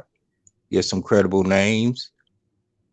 Maybe Bud could slip in there on the undercard and get a good fight in. So make the whole night bring the audience to boxing and not to just an exhibition. So in that scenario, it would be good for boxing. But if it's just going to stay an exhibition and then people just want to gravitate to some type of WW boxing type thing, and that's all they clamoring for. They're not looking for the true competition of the sport of boxing, for the professionalism of boxing. It's bad for the sport. But if this could be a catalyst to shed light on the true professionals that are still out there, the champions that are out there contending. Right. It's not going to be there though. We already know it's not going to be there. This is an exhibition. This fight is even going to be on a Sunday. I mean, and I think it is what it is. Like, you got a circus act. Like it, love it, or hate it. You know what I'm saying? It's a circus act. You got a 50-and-0 boxer. He's an old man. He's going to come in at 160. You got a young guy who he's a professional, I guess, but he's definitely not as experienced, but he's going to be able to come in 30 pounds heavier. I think that part alone is going to be intriguing to some people. Would anybody disagree? Neil, I see you up there. Would you agree or disagree? 30 pounds makes a difference. To a person who don't know boxing, they just like Jake Paul. He's a YouTuber. He got 5 million subscribers on Instagram, millions here on TikTok. Him and his brother, the Paul brand, the podcast, the dude is popping, yo. He's a very popular dude. So I would be remiss to say it's not going to be a lot of casual fans, because that's what brings the biggest audience in boxing. When you have either when you bring the countries together, like somebody from America and the Philippines, Mexico versus the UK is going down this weekend. So you have those, and we're going to transition to that too. But so you have those kind of matchups where it is intriguing, but then you add in, hey man, this guy's over 40 years old. This dude right here is in his he's in his 20s, right? Or is he 30? How old is Jake Paul? I think he's Logan Paul. He's early 20s, but it's not only the 30-pound weight advantage, it's the height and reach advantage on top of that as well. Right, the height, the reach, the weight. You get what I'm saying? But if you don't know boxing, you think, hey man, all it takes is one punch, my guy's gonna get him. But if you know boxing, you're gonna say, bro, he's not gonna throw anything. The weight is gonna be to his disadvantage fighting against Floyd, really. Because he got to carry that weight around, and Floyd gonna be able to move, time up. Floyd sparred bigger guys all the time. Like, this is not gonna be new to him. You get what I'm saying? Fighting a bigger dude and making him quit. Especially a dude who don't know boxing. Yeah, he gonna beat him up. Let me ask you a question real quick. What do you think? And I'm not thinking Logan Paul is going to win this by any means. Don't get me wrong. But what do you think the victory, or like, what do you think the path of victory is for Logan? If he at least has a slightest chance of even clipping Floyd, what do you think that Logan has? Turn his head down when Floyd punched, so maybe Floyd will break one of his brittle hands on the top of his head. Like, you need to let him hit you on the top of the head, so he can break your hand. Make Floyd mad enough where maybe Floyd can get disqualified. But yeah, that's about it. Hopefully Floyd breaks his hand. Yeah, I was thinking the same Spike thing. his water. Maybe he can lean, get in, tie up Floyd, and that's the only thing. Maybe he could try to wrestle Floyd and hug him all night. But I think in the exhibition, they might tell him, hey, you're doing too much holding. I don't remember them telling Roy Jones that when he was boxing Tyson. Yeah, no, there wasn't any of that at all. I just wonder if Logan kind of holds his ground and makes Floyd come to him, because most people go after Floyd. They're Floyd's in his best position when people are coming at him, so he can counterpunch, he can counterfight. But what if Logan kind of plants his feet and is like, dude, you're the champ, man, come take it, and then holds his ground? Do you think that's going to have any impact on Floyd?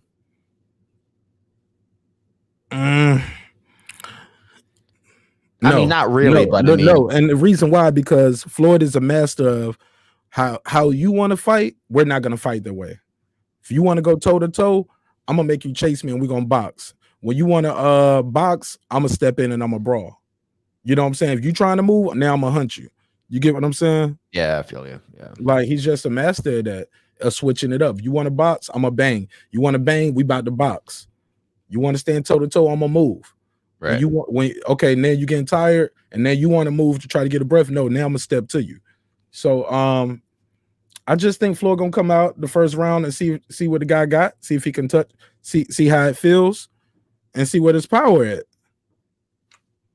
And then if the dude can't take the shit, Floyd gonna get him out of it. I'm sure he probably gonna bet on himself and work him to that round. So if it's 8 rounds, I think he might stop him like by the fifth or 6th. He'll get him out of there, make it entertaining for a little bit.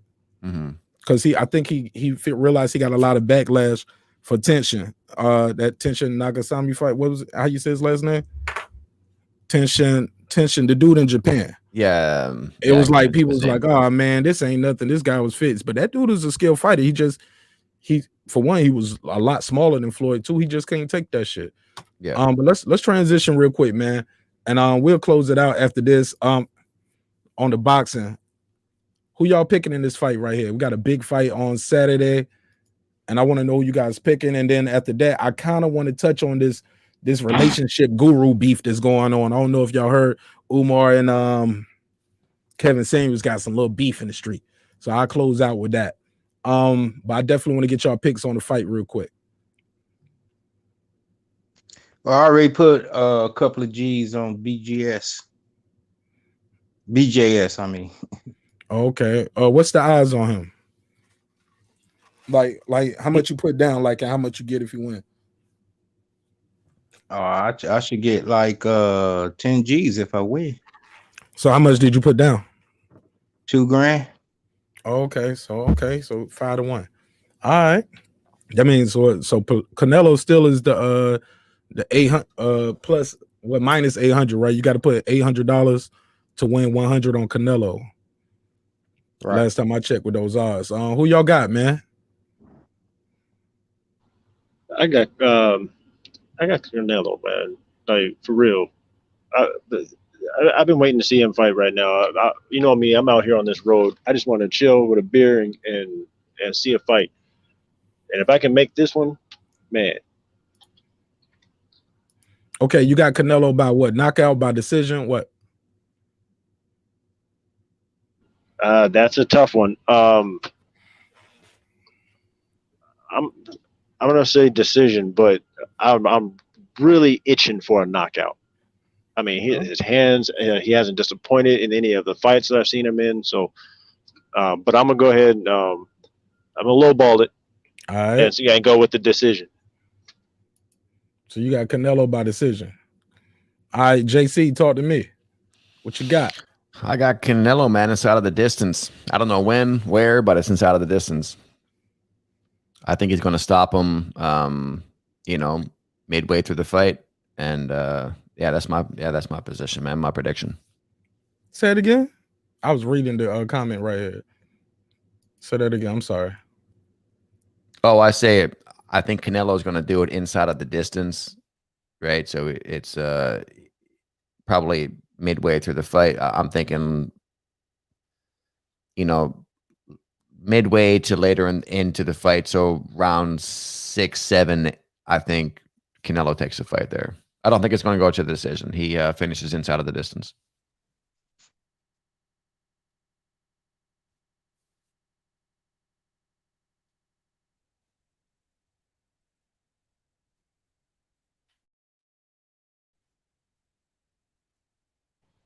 Oh, my mic was muted. Okay.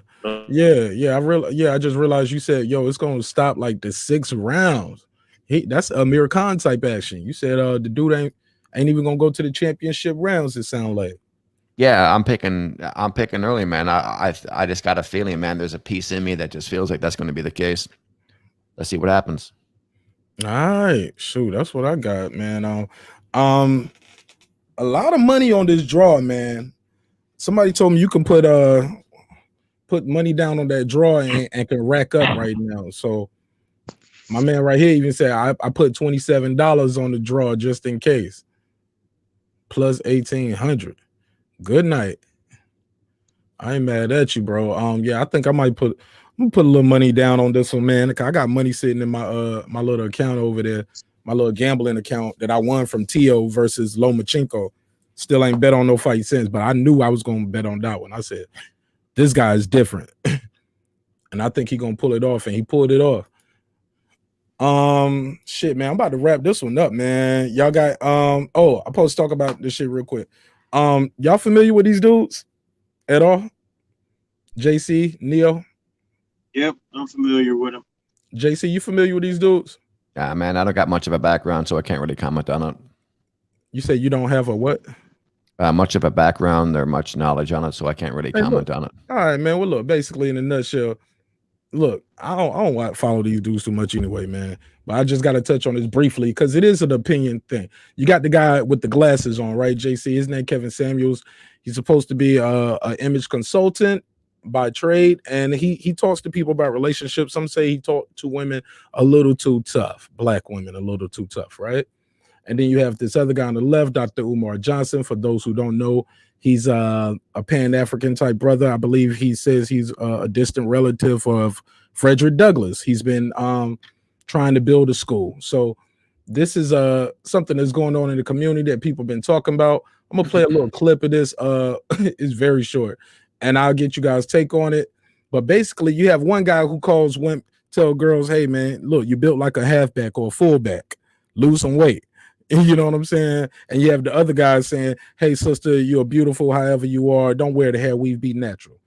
So it's a little thing right there with the women. They saying, hey, this guy gives advice this way. You should be more like him. So I'm going to play a little clip of this, and I'll play the audio only of this. And I'll get you guys' take on this, and then we can wrap this one up. Let me get the clip. Here we go. And it's short. It's about 1 minute and 30 seconds. So I played the audio from this. Let me share the screen. Bam, bam.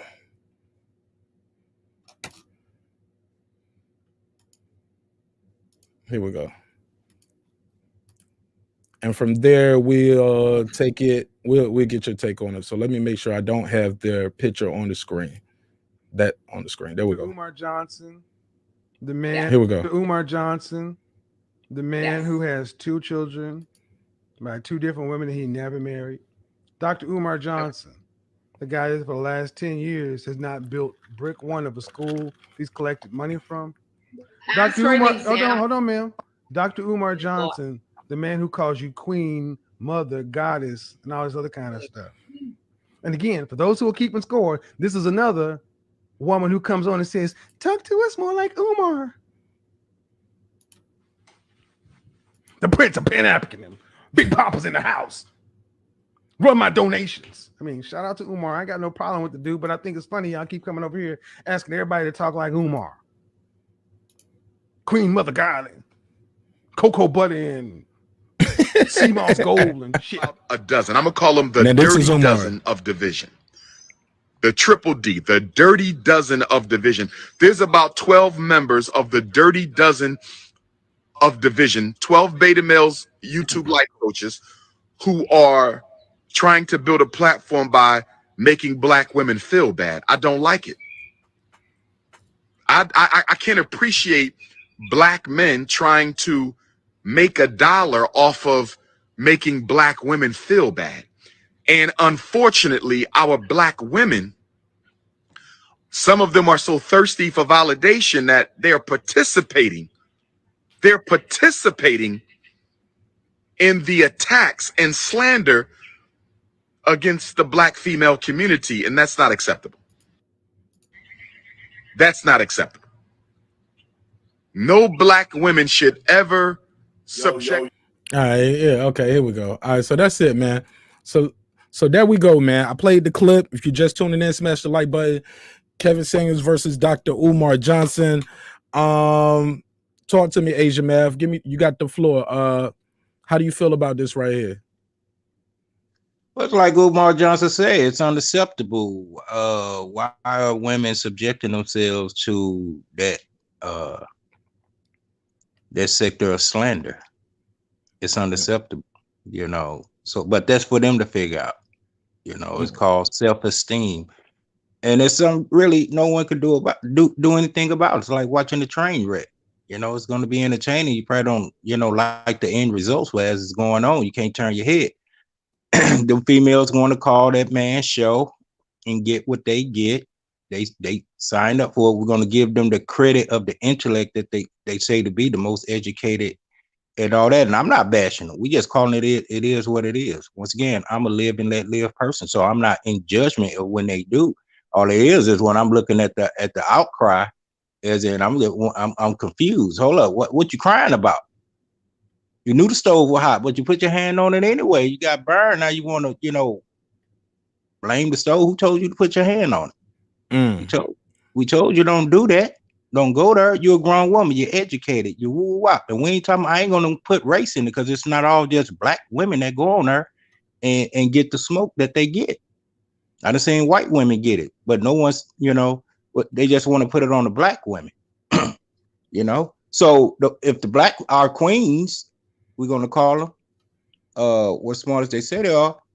His show can survive off of European women calling in, Asian women calling in, Mexican, Hispanic women calling in. They sit back and watch them get the smoke.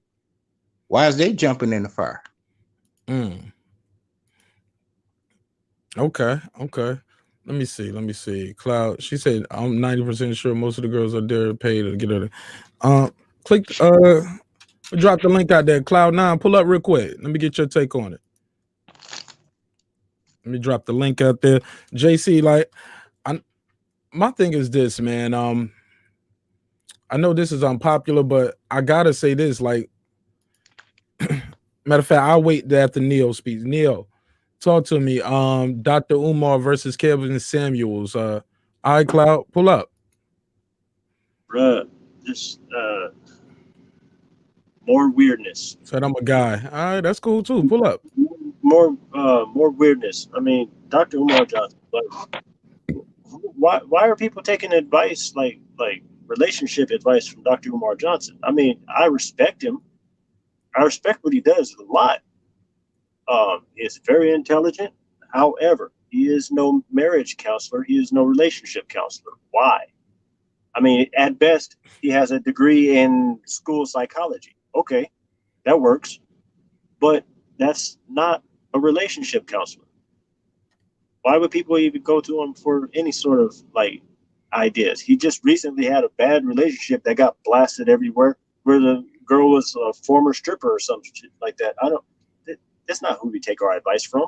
And then the other guy, again, he gives good advice for those that are in that state of mind. Okay, you are working in a warehouse and your friends are working in a warehouse and you need relationship advice. Okay, go see Kevin Samuels. That's my personal opinion, right? But that's no offense to anybody working in a warehouse, because I work in a warehouse at one point too. So I'm just saying, Kevin Samuels' lane shouldn't be merging with Dr. Umar's lane. That these two lanes shouldn't be like interfering with each other. Okay, I get where you're coming from.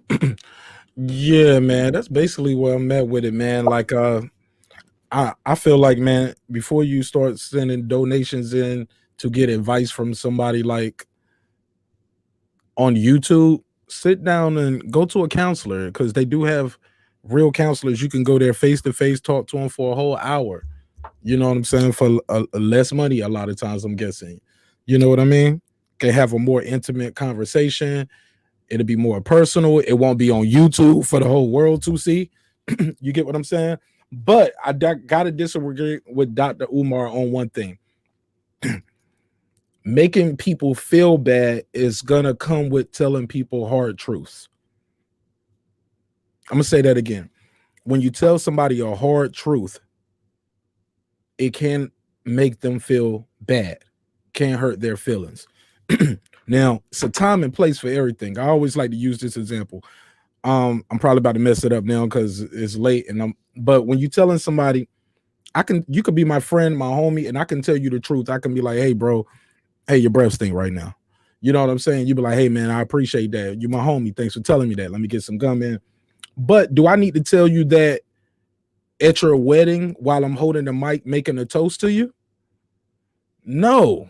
Wrong time, wrong setting, wrong place. You're not even, you get what I'm saying? It's a way you can do things, and that it can be taken to be malicious. You know what I'm saying? And I think Dr. Umar should have worded that differently when you say you're making women feel bad, you're making them feel bad. And then right after that, he said they subject themselves to this, they sign up for it. You get what I'm saying? You cut your camera on, let them see what you look like. I think a lot of times women are sometimes like, I mean, nobody walks around thinking they're ugly. I don't walk around thinking I'm ugly. You get what I'm saying? Most people don't, I'm sure. But I think what happens is they think, oh, I know he ain't gonna say I look like nothing tonight. I know I look good. And then the show begins. You get what I'm saying? Because the show is late. You know what I'm saying? That's why a lot of them don't have the makeup on, don't have the bonnets, have bonnets on. And it is what it is. But I think it comes back to expectations too. Sometimes when people have expectations and things they want to do, you can't hurt their feelings when you tell them your opinion of their goals. That don't mean they have to all take his advice, but they chose to be up there. Who are you to say, hey man, I don't like the way they fighting on the Jerry Springer show? They want to be on Jerry. They want to be on Jerry. Say what you want to about Jerry Springer. This shit is wildly successful. You're gonna go right now and go on some YouTube channels. This shit is gonna be off the chain. It's packed in there because it's toxic. People are arguing and fighting.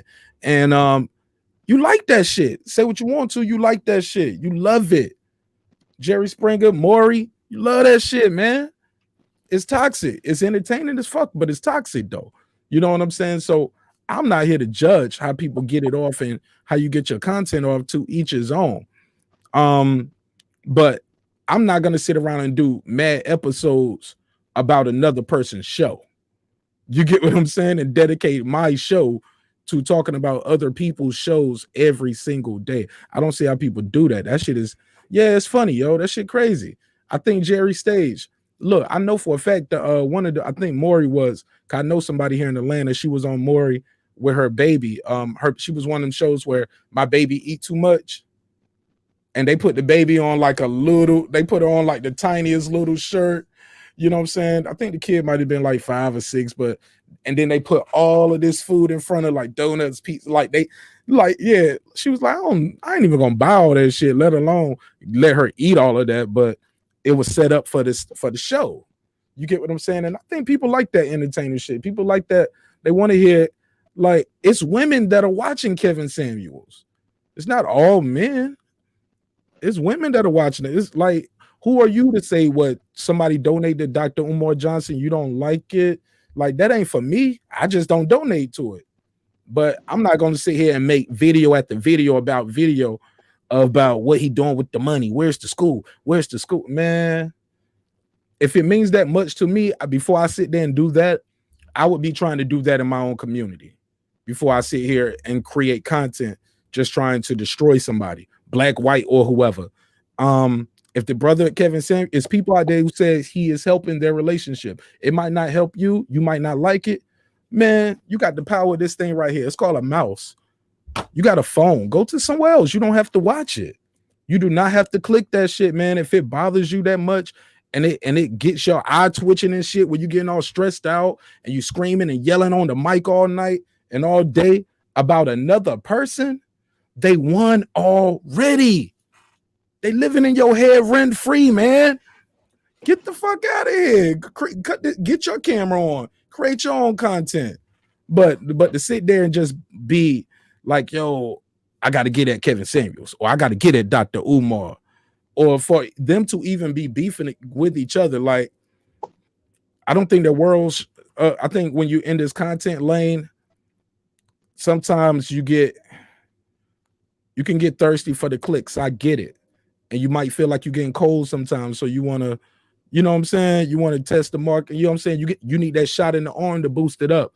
And sometimes you might have one of them episodes where shit just get wild on the show sometimes. Or you say wild things to your about other creators. But it's another way to do it. You know what I'm saying? In my opinion. Could be right, could be wrong. I ain't got all the answers. That's why we're here trying to work it out together. But with that, I'll pass the mic around real quick. Asian Math, Bokar, JC. I'll let y'all get the last word, final thoughts on everything we talked about. Yo, I joined late, man, so I don't got much context for anything discovered or talked about earlier, but I do appreciate you allowing me on tonight to, have some back and forth. But I do have one quick question, though. You mentioned about if you allow someone to live inside of your head, they've already won. So when we talk about ego sometimes, we're all human at the end of the day. So how do we deal with that, man? Like, how do we back that out? So if somebody is living what's inside of your head, and if you recognize it, what do we do as individuals to be able to minimize that from happening? What advice do you have on that? When you realize, I'm sorry, who was the question for, JC? I think it was just more for like everyone and just everyone in the room, just like if you're in a situation, man, where like you feel like somebody's inside of your head, and that happens to all of us, like how do we process that? How do we deal with that? How do we not allow that to happen, and come out victorious on the other side? Because you're right. If we allow that person to influence us, and if they live inside of our head, then they're rent free and they're occupying space and time, so they win. So what tools do we have as men or as individuals to be able to like force that out, or to not allow that to bother us? It's funny you said that. We got an episode we did on the channel not too long. It's been a couple months now, a few months back. We did an episode, something similar to that. But go ahead, King Asian Math. I'll let you answer first. As I just said, humble yourself, and we're gonna do gender by gender, male, female. Females vanity, guys ego, and that's I'm just using terms for lack of better words or better phrase or better terms. That's a powerful beast, and like you say, we all human at the end of the day. That's a powerful beast inside yourself. So powerful, I dare anyone to go look in the mirror and see who they really are and be honest and truthful with it. Your vanity or your ego gonna stand in the way, like, no, you better than that. What? No, if you're not a shit, if you're a not shit person, then that's what it is. You're not shit. You just haven't humbled yourself enough to just come say, hey, this is the reality. This is the truth of the matter. It's like Mark Nash said, there's pretty lies and ugly truth. And who is courageous enough to embrace the ugly truth about themselves as an individual? So before you are a defense mechanism, but we wouldn't even call it a defense, just to raise the rent for a person living inside you or taking control of you. You got to humble yourself. You acknowledge that. Is that hard to do? Yeah, and the answer to that would be, yeah, it is. But that it's a necessity. That's what you got to do. So you humble yourself. And when you humble yourself, you tear that all down and then build yourself back up, and get rid of some of that toxic stuff. It starts with yourself. It's not the other person. It's you. Well, I feel what Asian Mel saying. I got to slightly disagree with him a little bit though. JC, I think what was key was, to me, in my opinion, when you said, and you notice it, that's the key. Once you notice it, you have to make a conscious decision to break out of that, because some people are living your head rent free. That's why the graveyards and prisons are filled with prideful people. Somebody was living in their head, oh, I got to get them back. I can't let them get over on me. Fuck, okay, they fired me. I got to go shoot up the job. You know what I'm saying? Instead of going to get another job. Or she broke my heart. I got to go do something to her. Or vice versa. No, man, the graveyards and penitentiary are full of prideful men and women, right? Amongst other things. But what I'm going to say is this. Once you realize, I'll give you a better example. When you leave in a job, right? I used to have to tell my wife this. Make a decision that we can talk all the way home. On the way home from work, we can talk however you want to about the day. But once we get to that bridge right here by the house, it's time to change the subject. We got to let it go. It's over. Because if it bothers you that much, you need to find another job. When you got to remove that toxic person out of your environment, JC, when that shit is happening, get that out of your environment. If it's the job and it's stressing you that much, talk about the job to your significant other on the way home from work. But then at a certain point, like, have a marker. Okay, when I pass the school or when I get to this stoplight, I want to change the subject and talk about something else. Because at that point, you're still thinking about the job for free. They're not even paying you no more. Somebody's at happy hour having a drink. They're at home walking a dog, washing the dishes, and you still think about, damn, I hate Bob. I hate my job. I hate this motherfucker. You know what I'm saying? They're going to try to talk to me like that. Man, this shit is over. If it bothers you that much, quit. Don't shoot up the job. Don't sit there and bring that stress on and to other people, because that's what's going to kill you. That's what's going to make you want to do malicious or harmful things to yourself and others. That shit is crazy, bro. So when you notice it and you see it happening, eliminate it. You can put a block thing on the people on YouTube so you don't see them. They won't even pop up on your timeline. You get what I'm saying? You can change your number. Change the circle of environment. If it's a toxic relationship, like a personal relationship versus an employer or somebody online, get that toxic person out your life, bro. I don't care if it's your brother, sister, mother, cousin, wife, child, whoever. If that shit is on you like that and it's stressing you out, you need to be able to sit down and talk to them. And if you can't do that, you got to remove them out your life, because you only have one you. And that shit is what's gonna kill you, man. That stress is gonna kill you. It's gonna cause cancer, high blood pressure, your eye gonna be twitching. Like I said, man, I know people like that. Don't be like that. You know what I'm saying? Self included. This is advice that I give myself all the time. Even when me and my wife get into it too much, I have to tell her, hey, well, let me take a nap. I need to go take a little nap, get her some rest. Because this shit is, I'm not going to argue with you. We're not going to fight. Because look, it takes two people to argue, but you can be mad by yourself. You get what I'm saying? And I leave people by themselves to be angry for a while. And in the words of Lupe Fiasco, sleep on it sometimes. That's why God give you nights. And those are words from Mark Nash. I'll let Neo tell you what he thinks. Oh, go ahead. Man, you guys took all the good shit. Come on, man. What you think I was gonna do? Is they want me to talk that shit, man. Now, letting people live rent free in your headspace, like what type? The question I think I heard from him, what kind of tools do we have to combat that? What tools do we have to alleviate that stress? How do we evict people from our headspace when they live in rent free? I deal with that a lot, dealing on this African spirituality stuff. When people come up and ask essentially those questions without actually using those terms, you know, that's a good way of phrasing it. But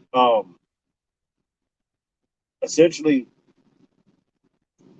trying to figure out who you are in the first place, that you are a little more valuable than what you've been giving yourself credit for, is a good way of finding a tool that is useful to evict people from your headspace. Because normally people don't even they don't value themselves enough to realize that your time is money. Your time is worth more than what you've been giving it out for free, right? So self-awareness, there's a tool right there. You know, I would stop, full stop right there, because anything past that, you're starting to get into the spirituality stuff, and I'm pretty sure nobody wants to hear that right now. Don't nobody want to hear that back to Africa shit, Sharif. Hey, look, that's all I got, man. JC, you want to tell people how they can follow you, how they can reach you? Do you have a YouTube channel? No, man, I'm just a dude on YouTube. I don't have any social media of any consequence, but I do appreciate you guys' feedback, man. Thank you very much for providing that advice and feedback, and it's you know, conversations like this where we can sit back, talk, relax, and have some fruitful, some drinks. You know, some drinks and some fruitful conversation, man. And you know, that's a weed. Iron sharpens iron, man. You know, like we need to surround ourselves with like-minded individuals, and that's what it's all about, bro. Well, JC, okay, JC, if y'all want to follow JC, y'all can follow JC right here with Mark Nash. He's gonna be back. We're gonna keep him over here. I like his energy. Definitely added a lot of substance to the conversation, asked good questions, gave compelling answers as well. So JC, thank you so much for pulling up. You are definitely a friend of the show. All right, thank you.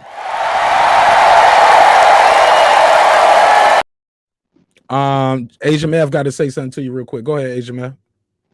Yeah, I was about to ask him because I was just wondering, was he asking that question for himself or for a friend? But I would ask you just in case. Huh? Good answer. He said, "Were you asking for yourself or for a friend?" No, I think I was just trying to expand upon the conversation because you made that point where, you know, we allow people to live in our head rent free sometimes, and I agree, and I think a lot of people listening can relate to that, and I don't think everyone has the tools. They're not equipped with the tools to deal with that, and like, what advice do we have as individuals or, you know, collectively as a group to be able to offer to other people? Say, hey, if you're feeling like this is how you can alleviate that. And I also agree that, you know, maybe sometimes I allow people to be in my head sometimes rent free. So it was some good feedback from you guys. I'm willing to accept that. I'm just a dude, man, just trying to navigate the murky waters of life, right? So I think we're all in that same boat. Yep. Yes. Hey, look, man. That person living rent free in your head, man. Just be cool, be calm, collected. You see him one day, you just tell him, look, sit your $5 ass down before I make change. And everything gonna be all right. Neo, tell people how they can reach you and follow you, man. And then Asia Mav, take us home. Following me is not easy. Let's just be honest. All right. Well, thank you so much for that. Bye. Hey, look, man, I realized I ain't been hitting my drops tonight. We had a good conversation, had some lot of jokes in here. But when we was going at Floyd, man, we was having them jokes. I should have been having them damn drum rolls popping. We just missed all the drum rolls, but we gonna have. I'm gonna chop this one up, man. I got to. I know I always say that, and I don't do it as much as I should, but I gotta chop this one up. But Neo, briefly tell people how they can follow you, man, if you want them to follow you. Yeah, if you guys want to follow me at Neophyte Core Tourist. Look for my playlist that I drop. I put out some music and some lectures that I like listening to while I'm out here on this road to try to re-educate myself. And if you guys are interested in doing that same thing, try to find me. That's part of the challenge. Absolutely. Asia Mav, King Asia Mav, take us home, my G. Oh yeah, as usual. You know where you can find me, next to the dime piece. But if I'm slacking on my macking, I'll settle for the 9-piece. Peace and blessings. Thanks to you, King, for allowing me to share your platform, be on the panel. Salute to everyone in the chat, watching the playback. Everyone like, comment, subscribe. Mark Nash. Absolutely. Nah, Tiffany, he don't have a channel. Well, he got a channel, but he's not doing the content. She trying to holler, boy. She was like, ooh. Tiffany said, ooh. Hey, look, go ahead, man. Look, we had a good love connection on Wednesday on the show. Shout out to everybody out there doing their thing. We're gonna wrap this one up, man. I normally, like I said, I try to keep the show within 2 hours, man. Let's try to squeeze everything we can in there. As always, my guests will get the last word. Y'all can hang out backstage while I run the outro if y'all want to holler at me. As always, it's been another great episode of Breaking the Beats, where we break down the business, entertainment, art, technology, sports, and pretty much anything else I can squeeze into those letters.